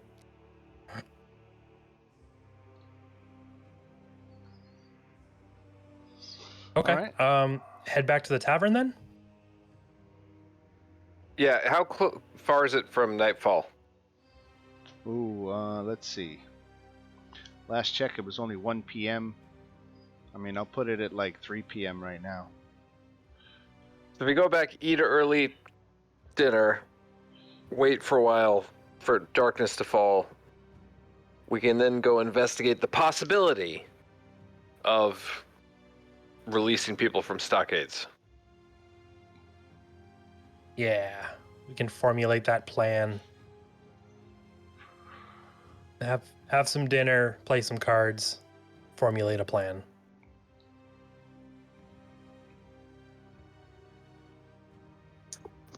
Thoughts? I'm thinking about peeling off and going scouting the burgomaster's quarters in disguise. Okay. Anything in particular you're looking for? Just to see what we'd have to deal with if it's trouble. I just don't like this dictatorship type crap. I'm not Well, sure he's under control, though. That's why I want to scout it. Okay. I mean, I'm good with it. Not get in close, not in doing it, just scout it.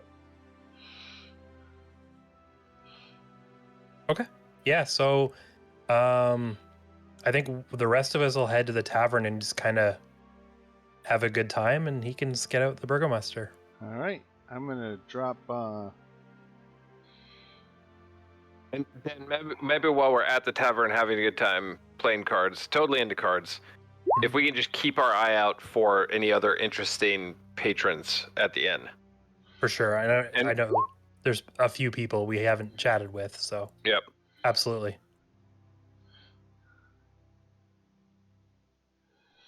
So how do you disguise yourself, Bardor? That guy that I studied very closely earlier, Which one was that? the god, Oh, okay, got it. did that so I could. Gotcha. And I'm just going to go for a mosey. Now this does not change your clothing, though, right? Well, that's why I got to go through my disguise kits, and I carry 3 kits just for this. I see. Okay. All right. So you take a couple of minutes to get yourself together, and Yep, and that's then- another reason I left the dog behind. all right. All right. So this is what you see. I don't want to go too far down the rabbit hole. So what I'm gonna do here is I'm gonna just throw open all these doors and give you a chance to look around. I might even move you on up to the 2nd floor so you can look around and see what you can see. But I'll open all the doors.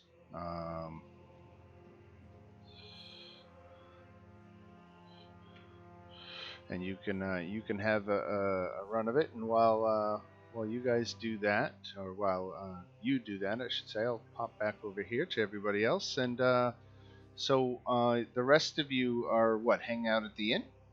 Yep. And Rictavio again is doing his thing, telling stories, spinning tales. Apparently, he is putting together a circus act. He claims. There are 2. Let me move you guys to the inn.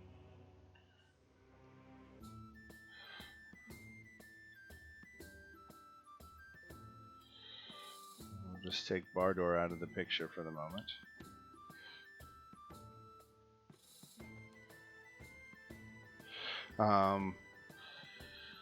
So again, Rictavio is doing his thing.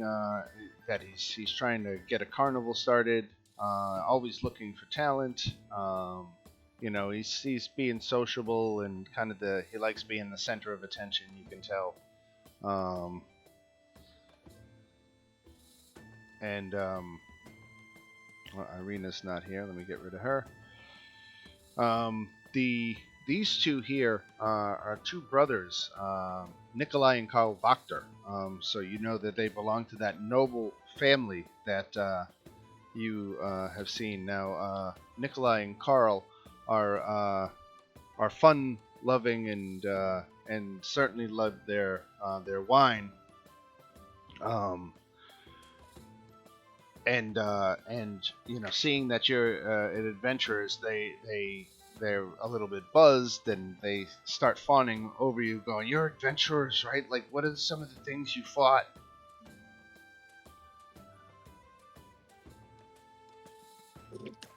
Well, you know, anything that stood in our way, really. Like, tell us, like, what was it? Multiple armed monsters? Somebody said that there's huge flying eyeballs out there. I can't even imagine such things. Yeah, all kinds of things like that. I think we fought a big suit of armor at one point too. That was crazy. I participated in a battle once where we fought a dragon. Wow. Wow, and Oh. they just Safina, like, look at you. they are just milking you for any kind of stories. They find it all fascinating. They're obviously bored with life a little bit, growing up in a place that is probably 23 miles across. You know, gets boring. There's nowhere else to go. Vallaki is the only real civilization here in Barovia. If you call life in the village civilized, you know, it's certainly not what Vallaki has going on. But certainly, it must have been quite interesting and exciting and adventurous to grow up in that house that bears your name. That looked like quite a interesting environment. That house sucks. and they're like, hey, you know, it is what it is. You know, but you know, you guys are much more interesting than any and all that. Well, what happened? It looked like it used to be pretty grand. Well, you know, in Barovia, we don't have access to all the materials or even craftspeople that, you know, might have been called upon at one time to do a fine thing, and now it's like we get a lot of substitute teachers, and that's it. Oh man, yeah, I hear that. Mhm. So Well, they go that's- on and drinking and cavorting, and generally being mildly obnoxious, but still good natured. Rictavio says, "Where's your friend? There was one more of you earlier." Oh, you know. Oh, Besides little that- escort mission, just someone we were helping. She's Yeah, she had retired to- for the night. She had a long day. It sounds like all of us are giving different stories, and I love it. Rictavio just nods. Yeah. Okay. And with that, let me jump back here to Christopher here. I'm going to give him an opportunity to travel to. Oh, he's already ready for me to put him upstairs.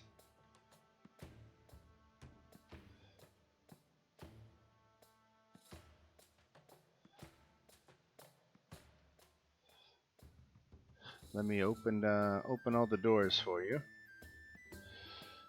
Now, you're not invisible. No, I am not invisible. I just look like a clone of the god. All right, I'm opening all the doors. That's why I'm trying to stay away from the people. Right.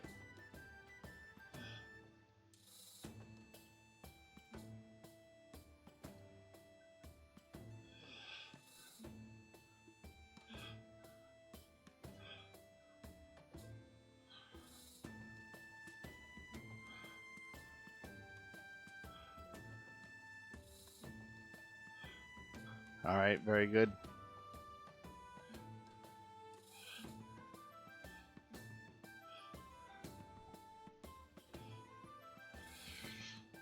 All right. For everybody else is wondering what I'm doing, I'm watching Chris just wander the map and making sure he didn't trip any alarms or anything like that.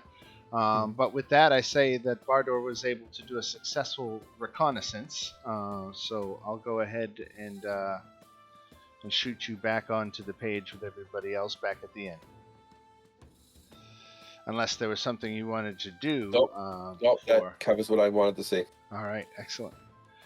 Let me drop your token again here. There you are. All right, so Bardor is back, you can all see. He can tell you anything that he found during his trip. Wasn't much. Was it nice at least? It was. Go ahead, Dan. What you did see a lot of people coming and going, apparently getting ready for this upcoming festival. People were gathering sticks to apparently be used in some massive kind of wicker construction thing that they're doing.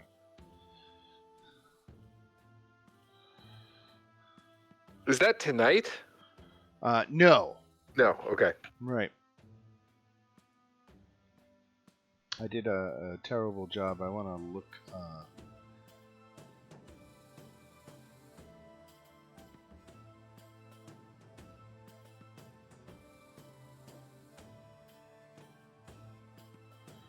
Bundles of twigs heaped against the walls. That's what I was trying to remember, right? I said sticks, but sticks, twigs, that's the difference, right? Bundles of sticks bundled up against the wall? On the inside of the entryway, like, because they're going to be building a large wooden effigy. And so they're gathering all the twigs that they're going to use in the construction of that effigy.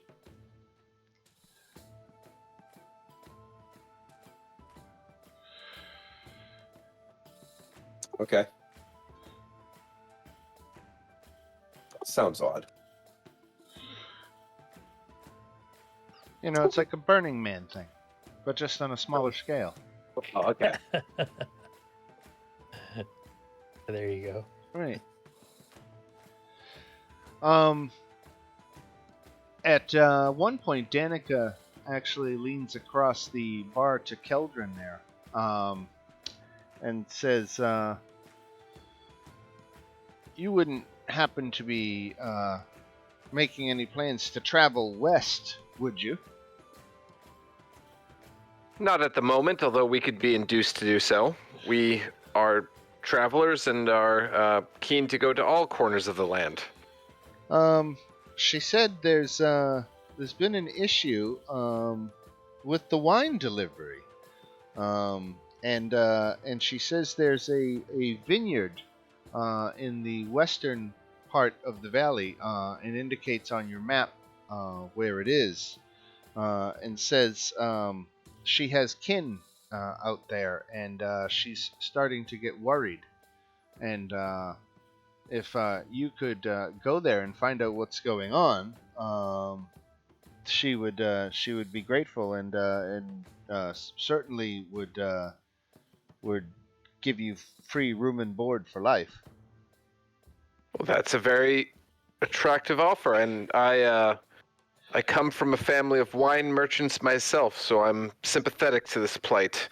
Let me talk it over with my friends, and I will come back to you. Thank you. I'll go over and deliver that offer. Hear about this from somewhere else as well? Yes. Barovia? Yep. I thought so. Yeah, the tavern in Barovia complained of the same issue. Well, maybe we should just take care of that. Get it over with. I think that's a good idea. Certainly the lack of wine has got to have something to do with the general mood around here. Exactly. Maybe we can help out a little bit.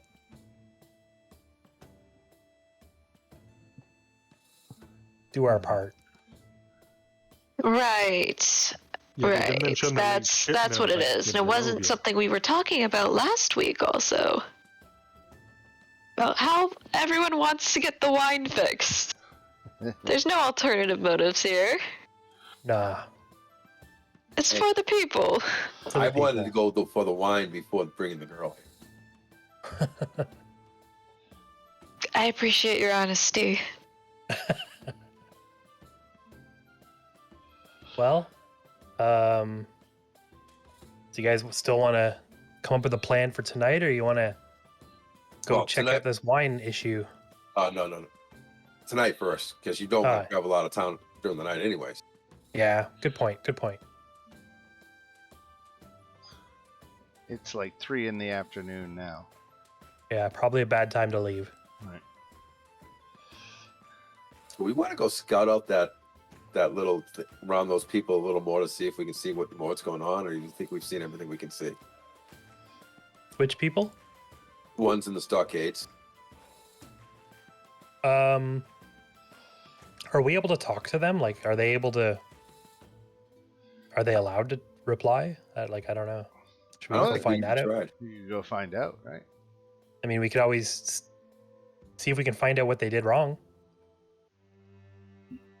Like, we have a general idea, of course, but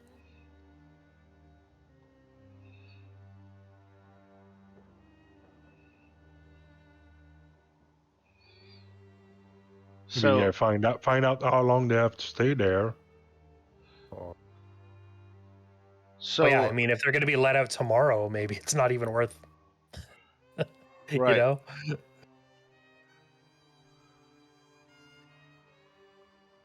So before we go up to the people, we kind of like scout out the area around it to make sure, see who's watching and who's just doing business. Yeah. That works.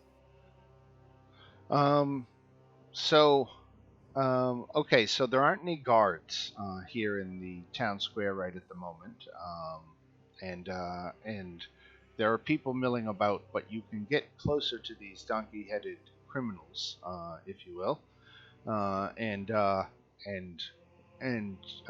they have a hard time seeing, but if you talk to them, they'll probably be able to hear you and reply.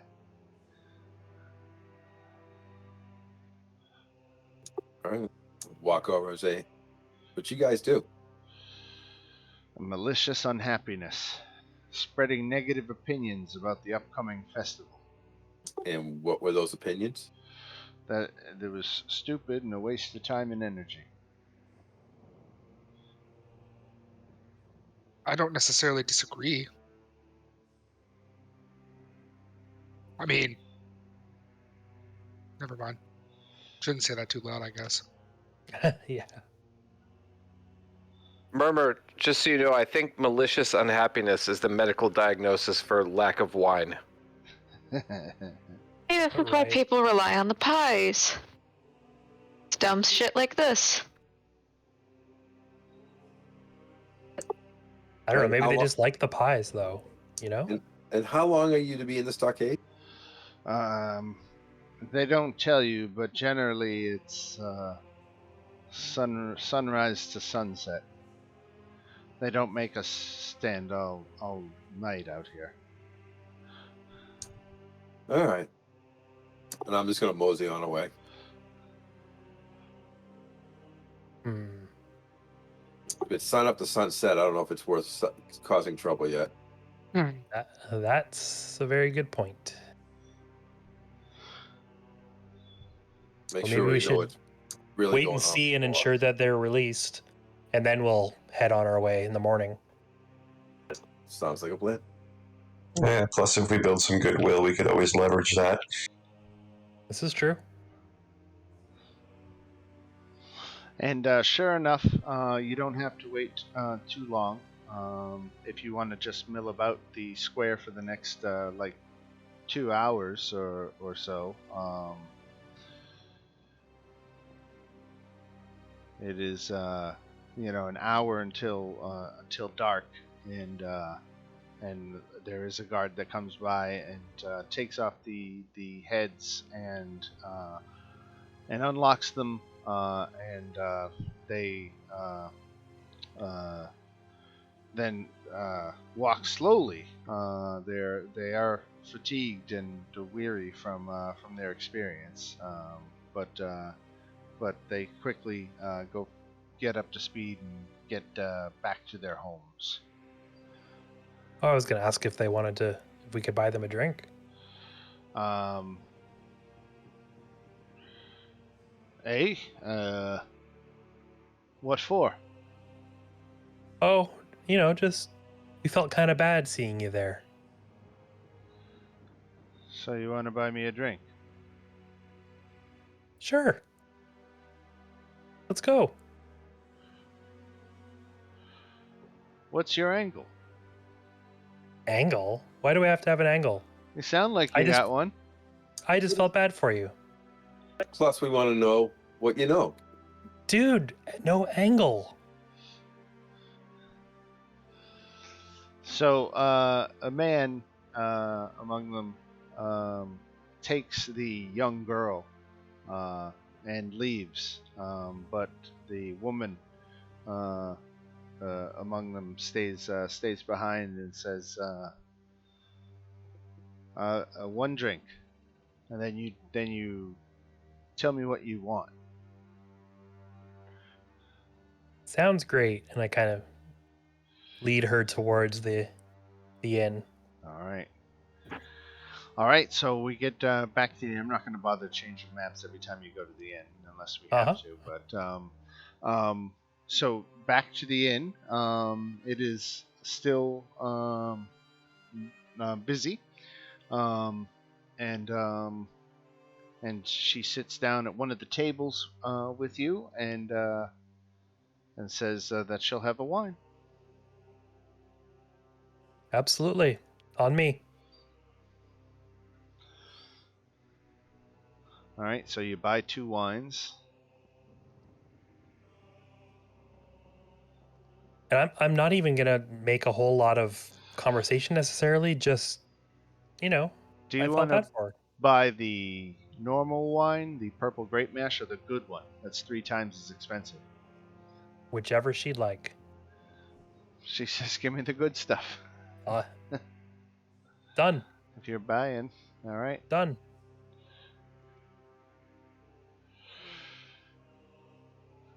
All right. She takes a sip of the wine and she says, "You have until I finish this drink. You should go. You should tell me what you want now." I'll look at the rest of the group. You guys have anything? I just wanted to make her feel better.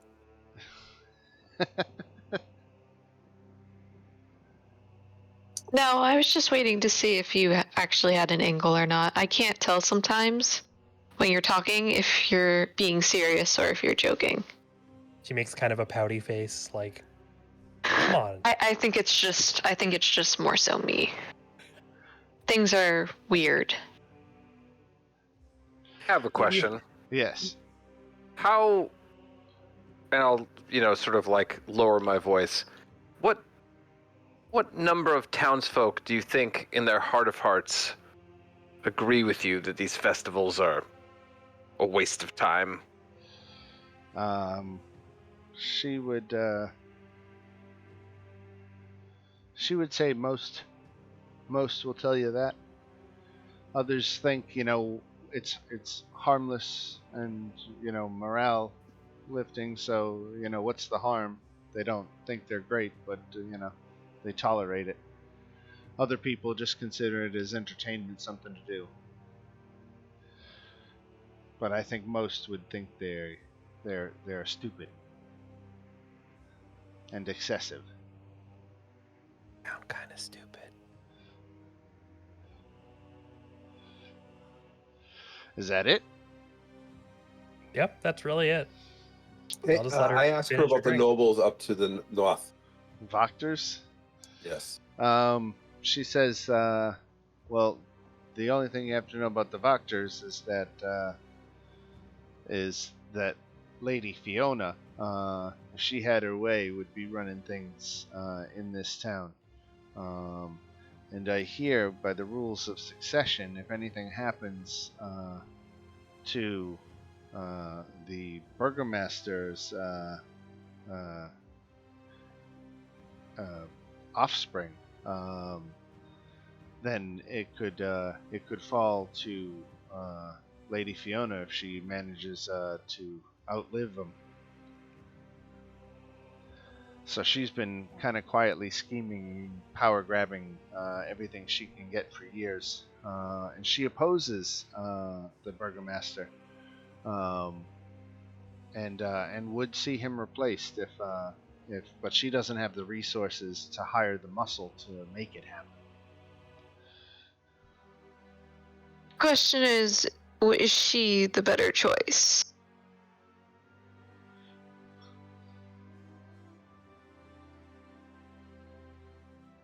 Or is it rather so, it is what it is. Both have their own faults, both have their own, pros. Is that essentially it? Neither one is inherently better than the other? Well, I mean, for an example, the burgomaster of this village stands in opposition to Strahd.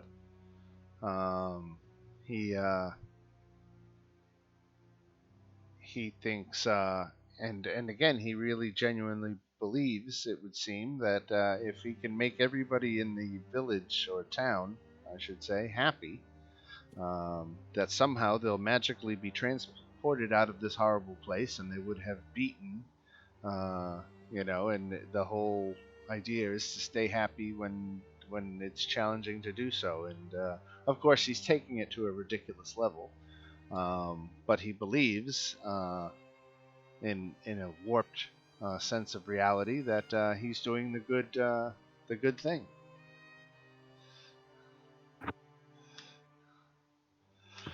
And anybody who can get power from their association with him seem happy to back him up, if not for any other than selfish reasons. I see. Well, I won't interfere, but I don't know about the rest of you. I don't Sounds think pretty we want to play disappointing overall. Kingmakers, do we? Say again? I don't think we want to play Kingmakers, do we?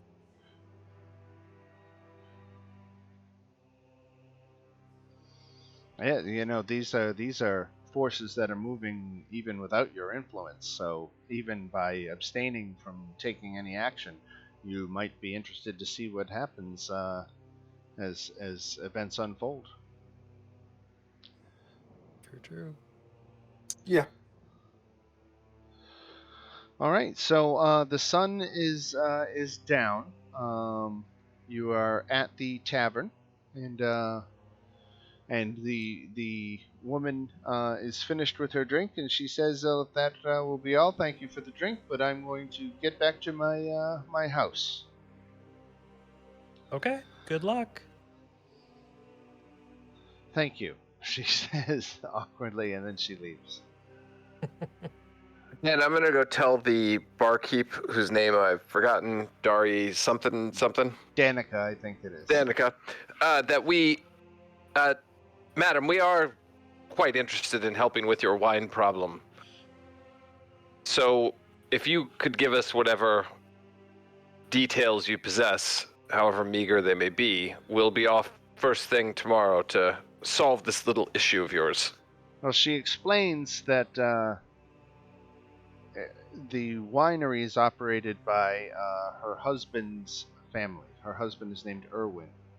He works out of the kitchen, which is why you haven't seen him a lot.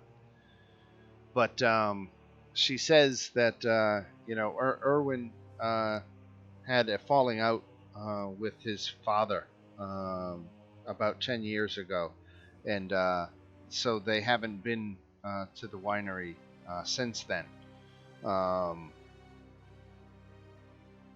So she's very worried that something's happened, because this is basically her in-laws and her husband's family.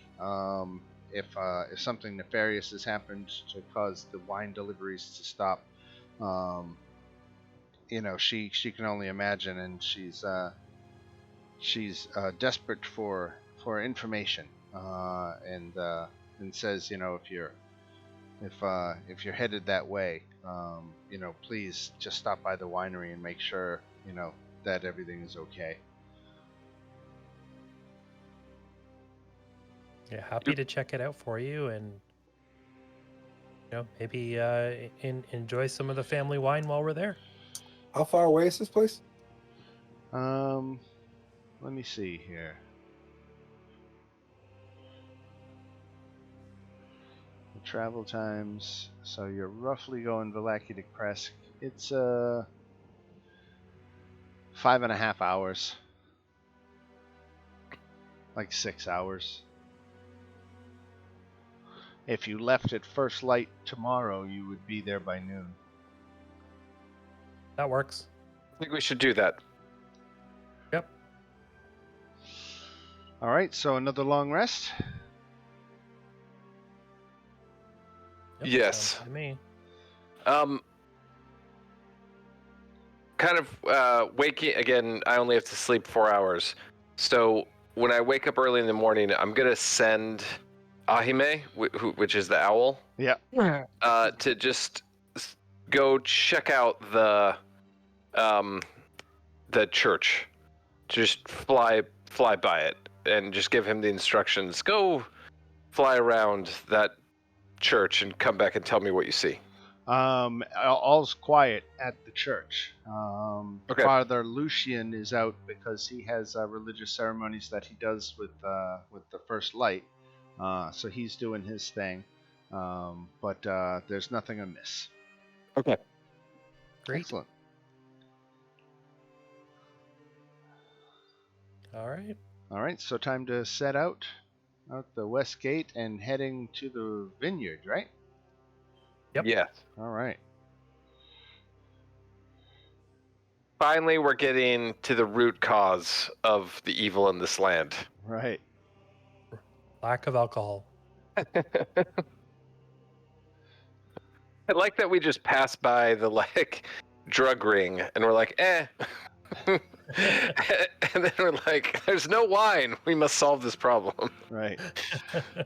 I'm drawing a blank. I can't quite remember, but I know that for a fact. I know I've seen it in more D&D books that this whole angle of like, oh my God, there's no alcohol. What are we gonna do? Fix the problem. And it just says a lot about the D&D players' motivations. I think. First thought, we gotta fix that. We gotta fix the. Yeah, listen, we gotta wine. give them back the legal stuff. You know, like there's not much you can get away with in life, but this is it. Exactly, especially before we shut down the pie ring. Really, wine has to be. That's true. That's true. You can't completely go cold turkey. That'd be bad. So the road comes to an X intersection with branches to the northwest, northeast, southwest, and southeast. The lower half of a snapped wooden signpost thrusts upward at an angle near the eastern elbow of the intersection. The top half of the sign, featuring arms pointing in 4 directions, lies in the weeds nearby.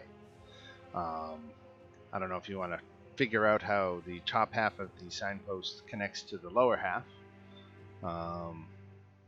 That is up to you if you want to take a moment to do that, or if you just want to ignore it and keep on heading west.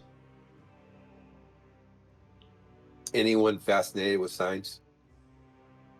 Nice, the cap. I think we'll be moving on then.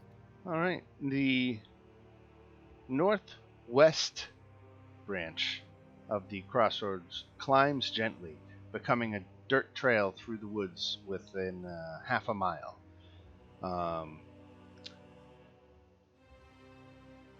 The southeast branch winds gently downward as it follows the river into a valley. This trail eventually leads.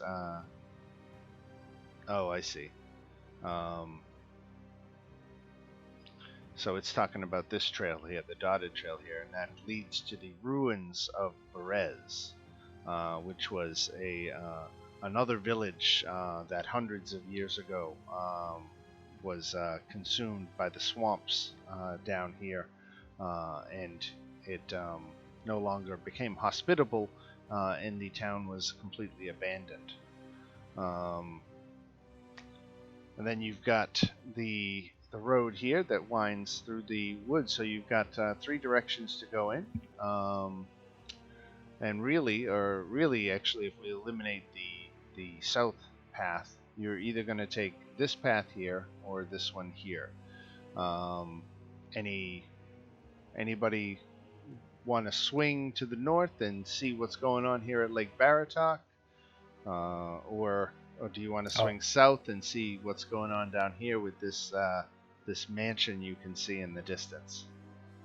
Oh, I think we've got some pretty important business, so we might want to just take No a step. distractions. So let's head past the lake. We've already dealt with one creepy mansion.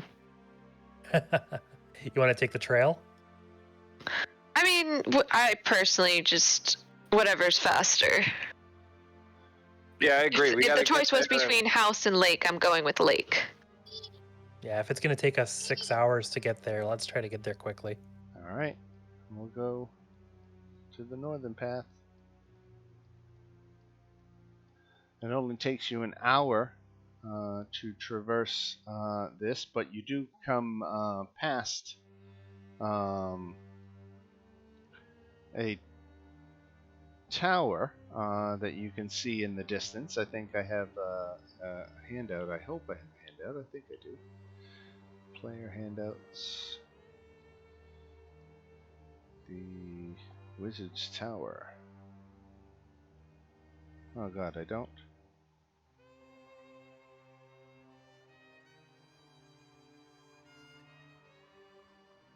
Oh, I thought I had a piece of artwork for this, but apparently I don't. So apologies. But what you see is a narrow path that leads to a small island with a dilapidated tower.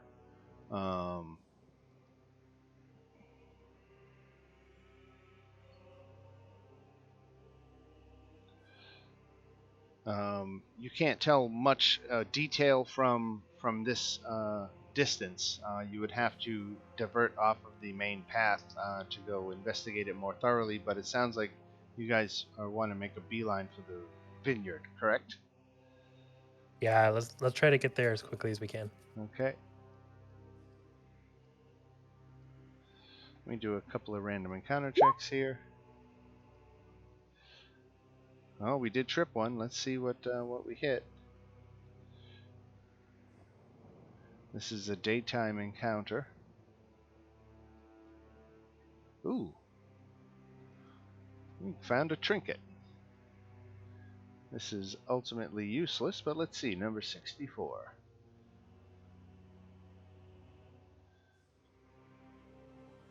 Oh. That's interesting. Okay. So let's see here. Let me roll a d7. And it came out for number 2. Alright, so Keldrin, you find something. A switch used to discipline you as a child. You remember, this is burned into your memory. And this is the same one. Like the specific switch used to discipline me as a child. Yes. Does anyone else see me discover this? Yes.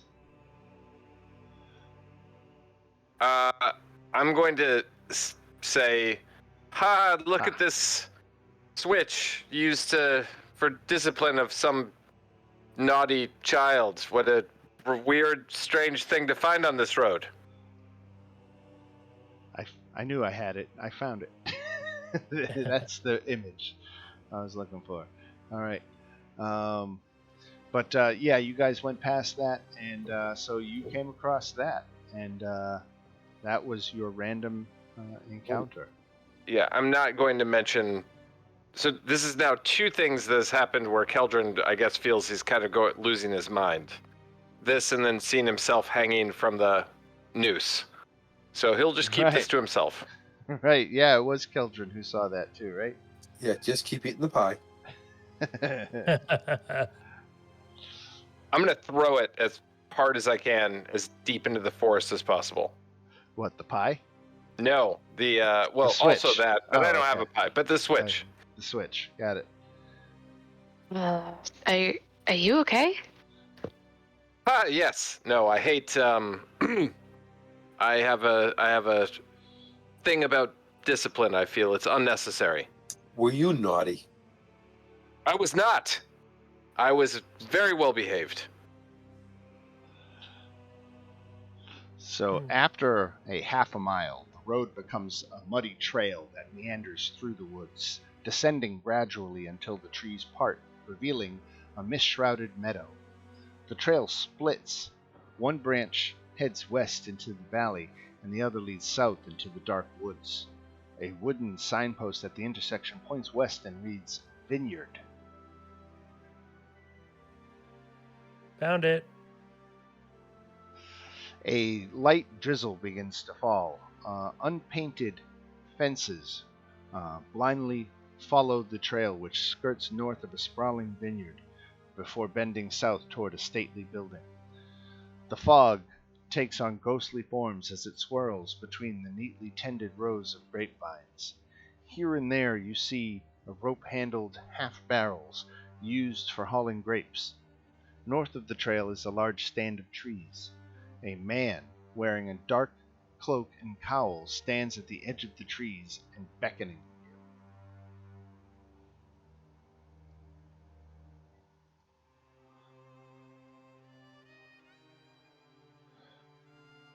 Beckoning to us. Yep. Well, let's go. I'm moving us to another map, and I gotta drop some tokens.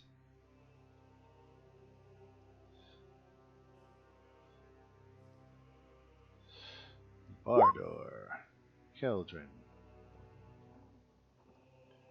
Darian, Marius, Murmur, Ravoxan, Sabina, and no dog and no girl. So the man beckoning you is from up here.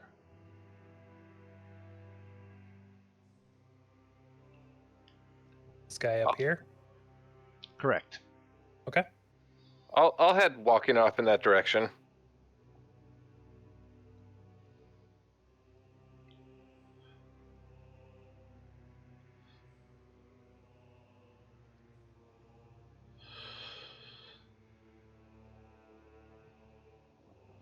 So you see a number of characters emerge from the stand of trees, and they wear dark leather rain cloaks and cowls. You're greeted by Adrian.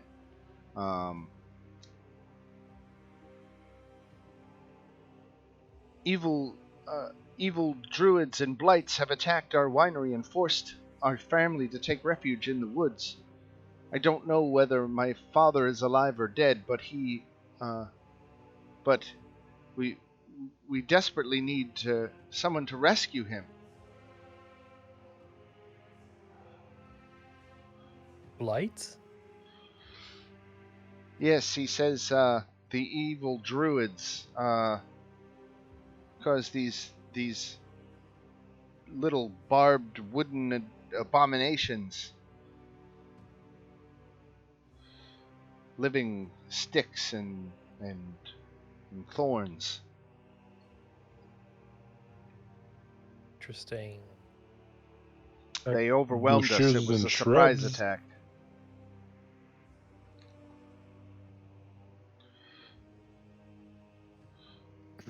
Sorry to hear that. Well, if you think there might still be some of your people there, we certainly will go have a look. Shall we? He says the house is surrounded by blights. We can't get anywhere near it. Apparently they have terrible eyesight and can only see out to a range of about 60 feet, but they surround our building and prevent us from rescuing our father. Your coming by is very fortuitous. Dan, can we see those blights from where we are? Yes. Okay. How long ago did this happen? It was they drove us out. I guess it was 2 days ago. 2 days. Yeah. My goodness. Well, let's go take a look. Why is there always got to be a fight at the bar?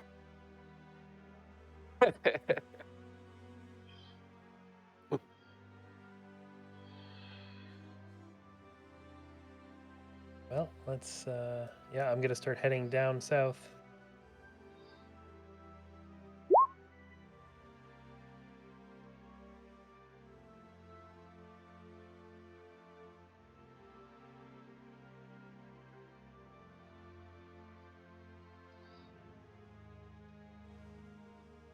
Do you ever think of like ducks in a shooting gallery? Sometimes.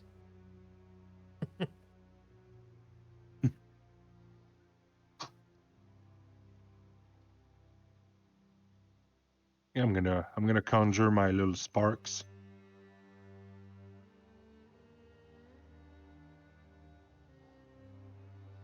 Oh, there's sparks. Yeah.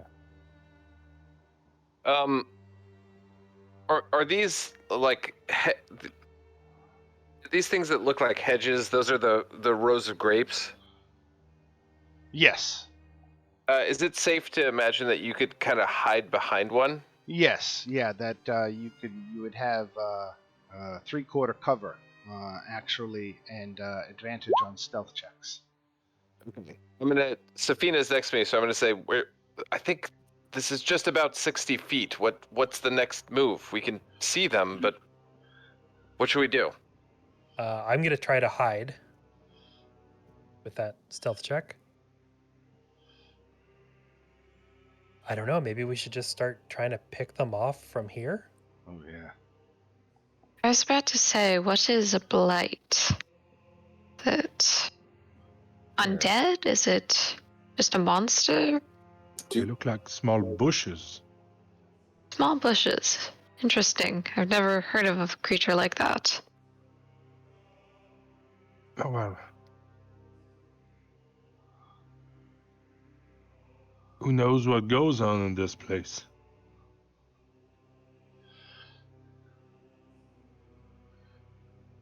So Safina, when you pick them off, as it were, should the rest of us go to fight them? Do you fight such creatures? They look like they would burn well. They do look like they would burn well. There's a door, a front door here. Oh, let me get back on my ping thing. So there's a front door here. This is covered, but you can see inside. It's like a loading dock area. It's got a wagon in here. There's another door right over here into the main building. There is a side door over here and a back door. The family tells you all these points. This over here at the end is just the stables, not a way into the house over there. Okay. There's finally one I missed. There's a door into the house here, 2 of them actually, one going to the left and one going down south. So if you wanted to do a mad rush to get into the house, break the line, and get into the house, those would be your entry points. I'm gonna summon Ahime and have him fly fairly high up and just around back. And what I'm trying to understand is there's this row of blights out front, but does that same row exist in the back? It does. It encircles the entire house. Okay. I So don't maybe think the best course of action would be for everyone to hide behind one of these rows and move in quietly and try to, get the jump on them.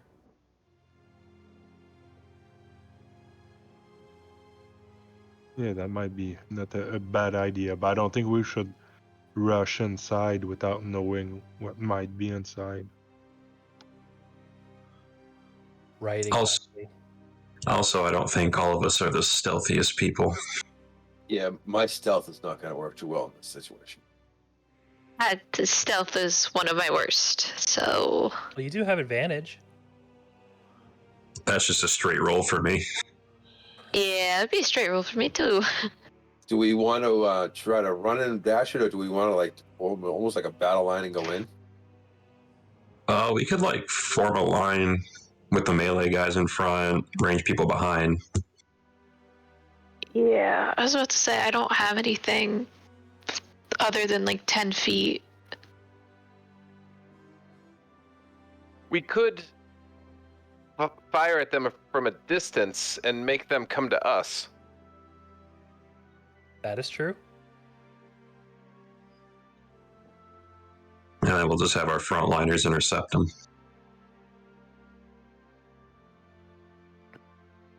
But a plan, Good. I have a whip, so I can use that and keep some distance.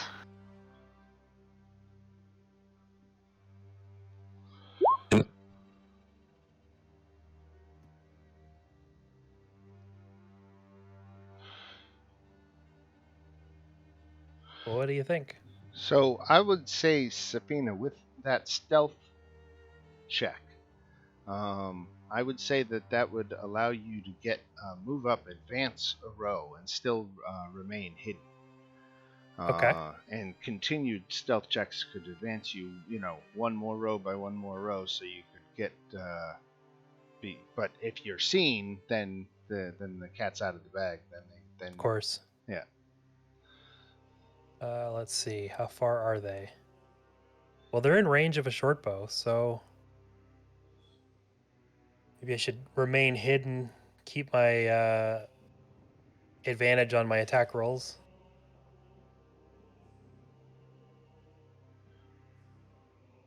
Yeah, I think if we wanted, we could just have the ranged characters, those capable of making a ranged attack, do so. I'm going to retcon something I said earlier. Yeah. It hasn't been 2 days. They were driven out last night. Okay. Got it. I don't think it makes sense for it to be multiple days. And as soon as I said it, I was like, why did I say that? Not a problem. Thank you. So in other words, they Dramatically changes their tactics. Right, I know it doesn't make a difference. All right, Yeah. I guess we should stop moving in and do this.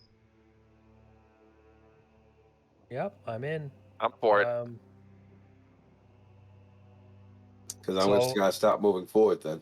If you guys want, because I'm basically me. Who else is up the front?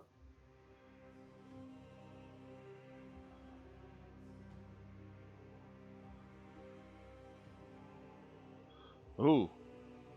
Is Bardor stepping that forward?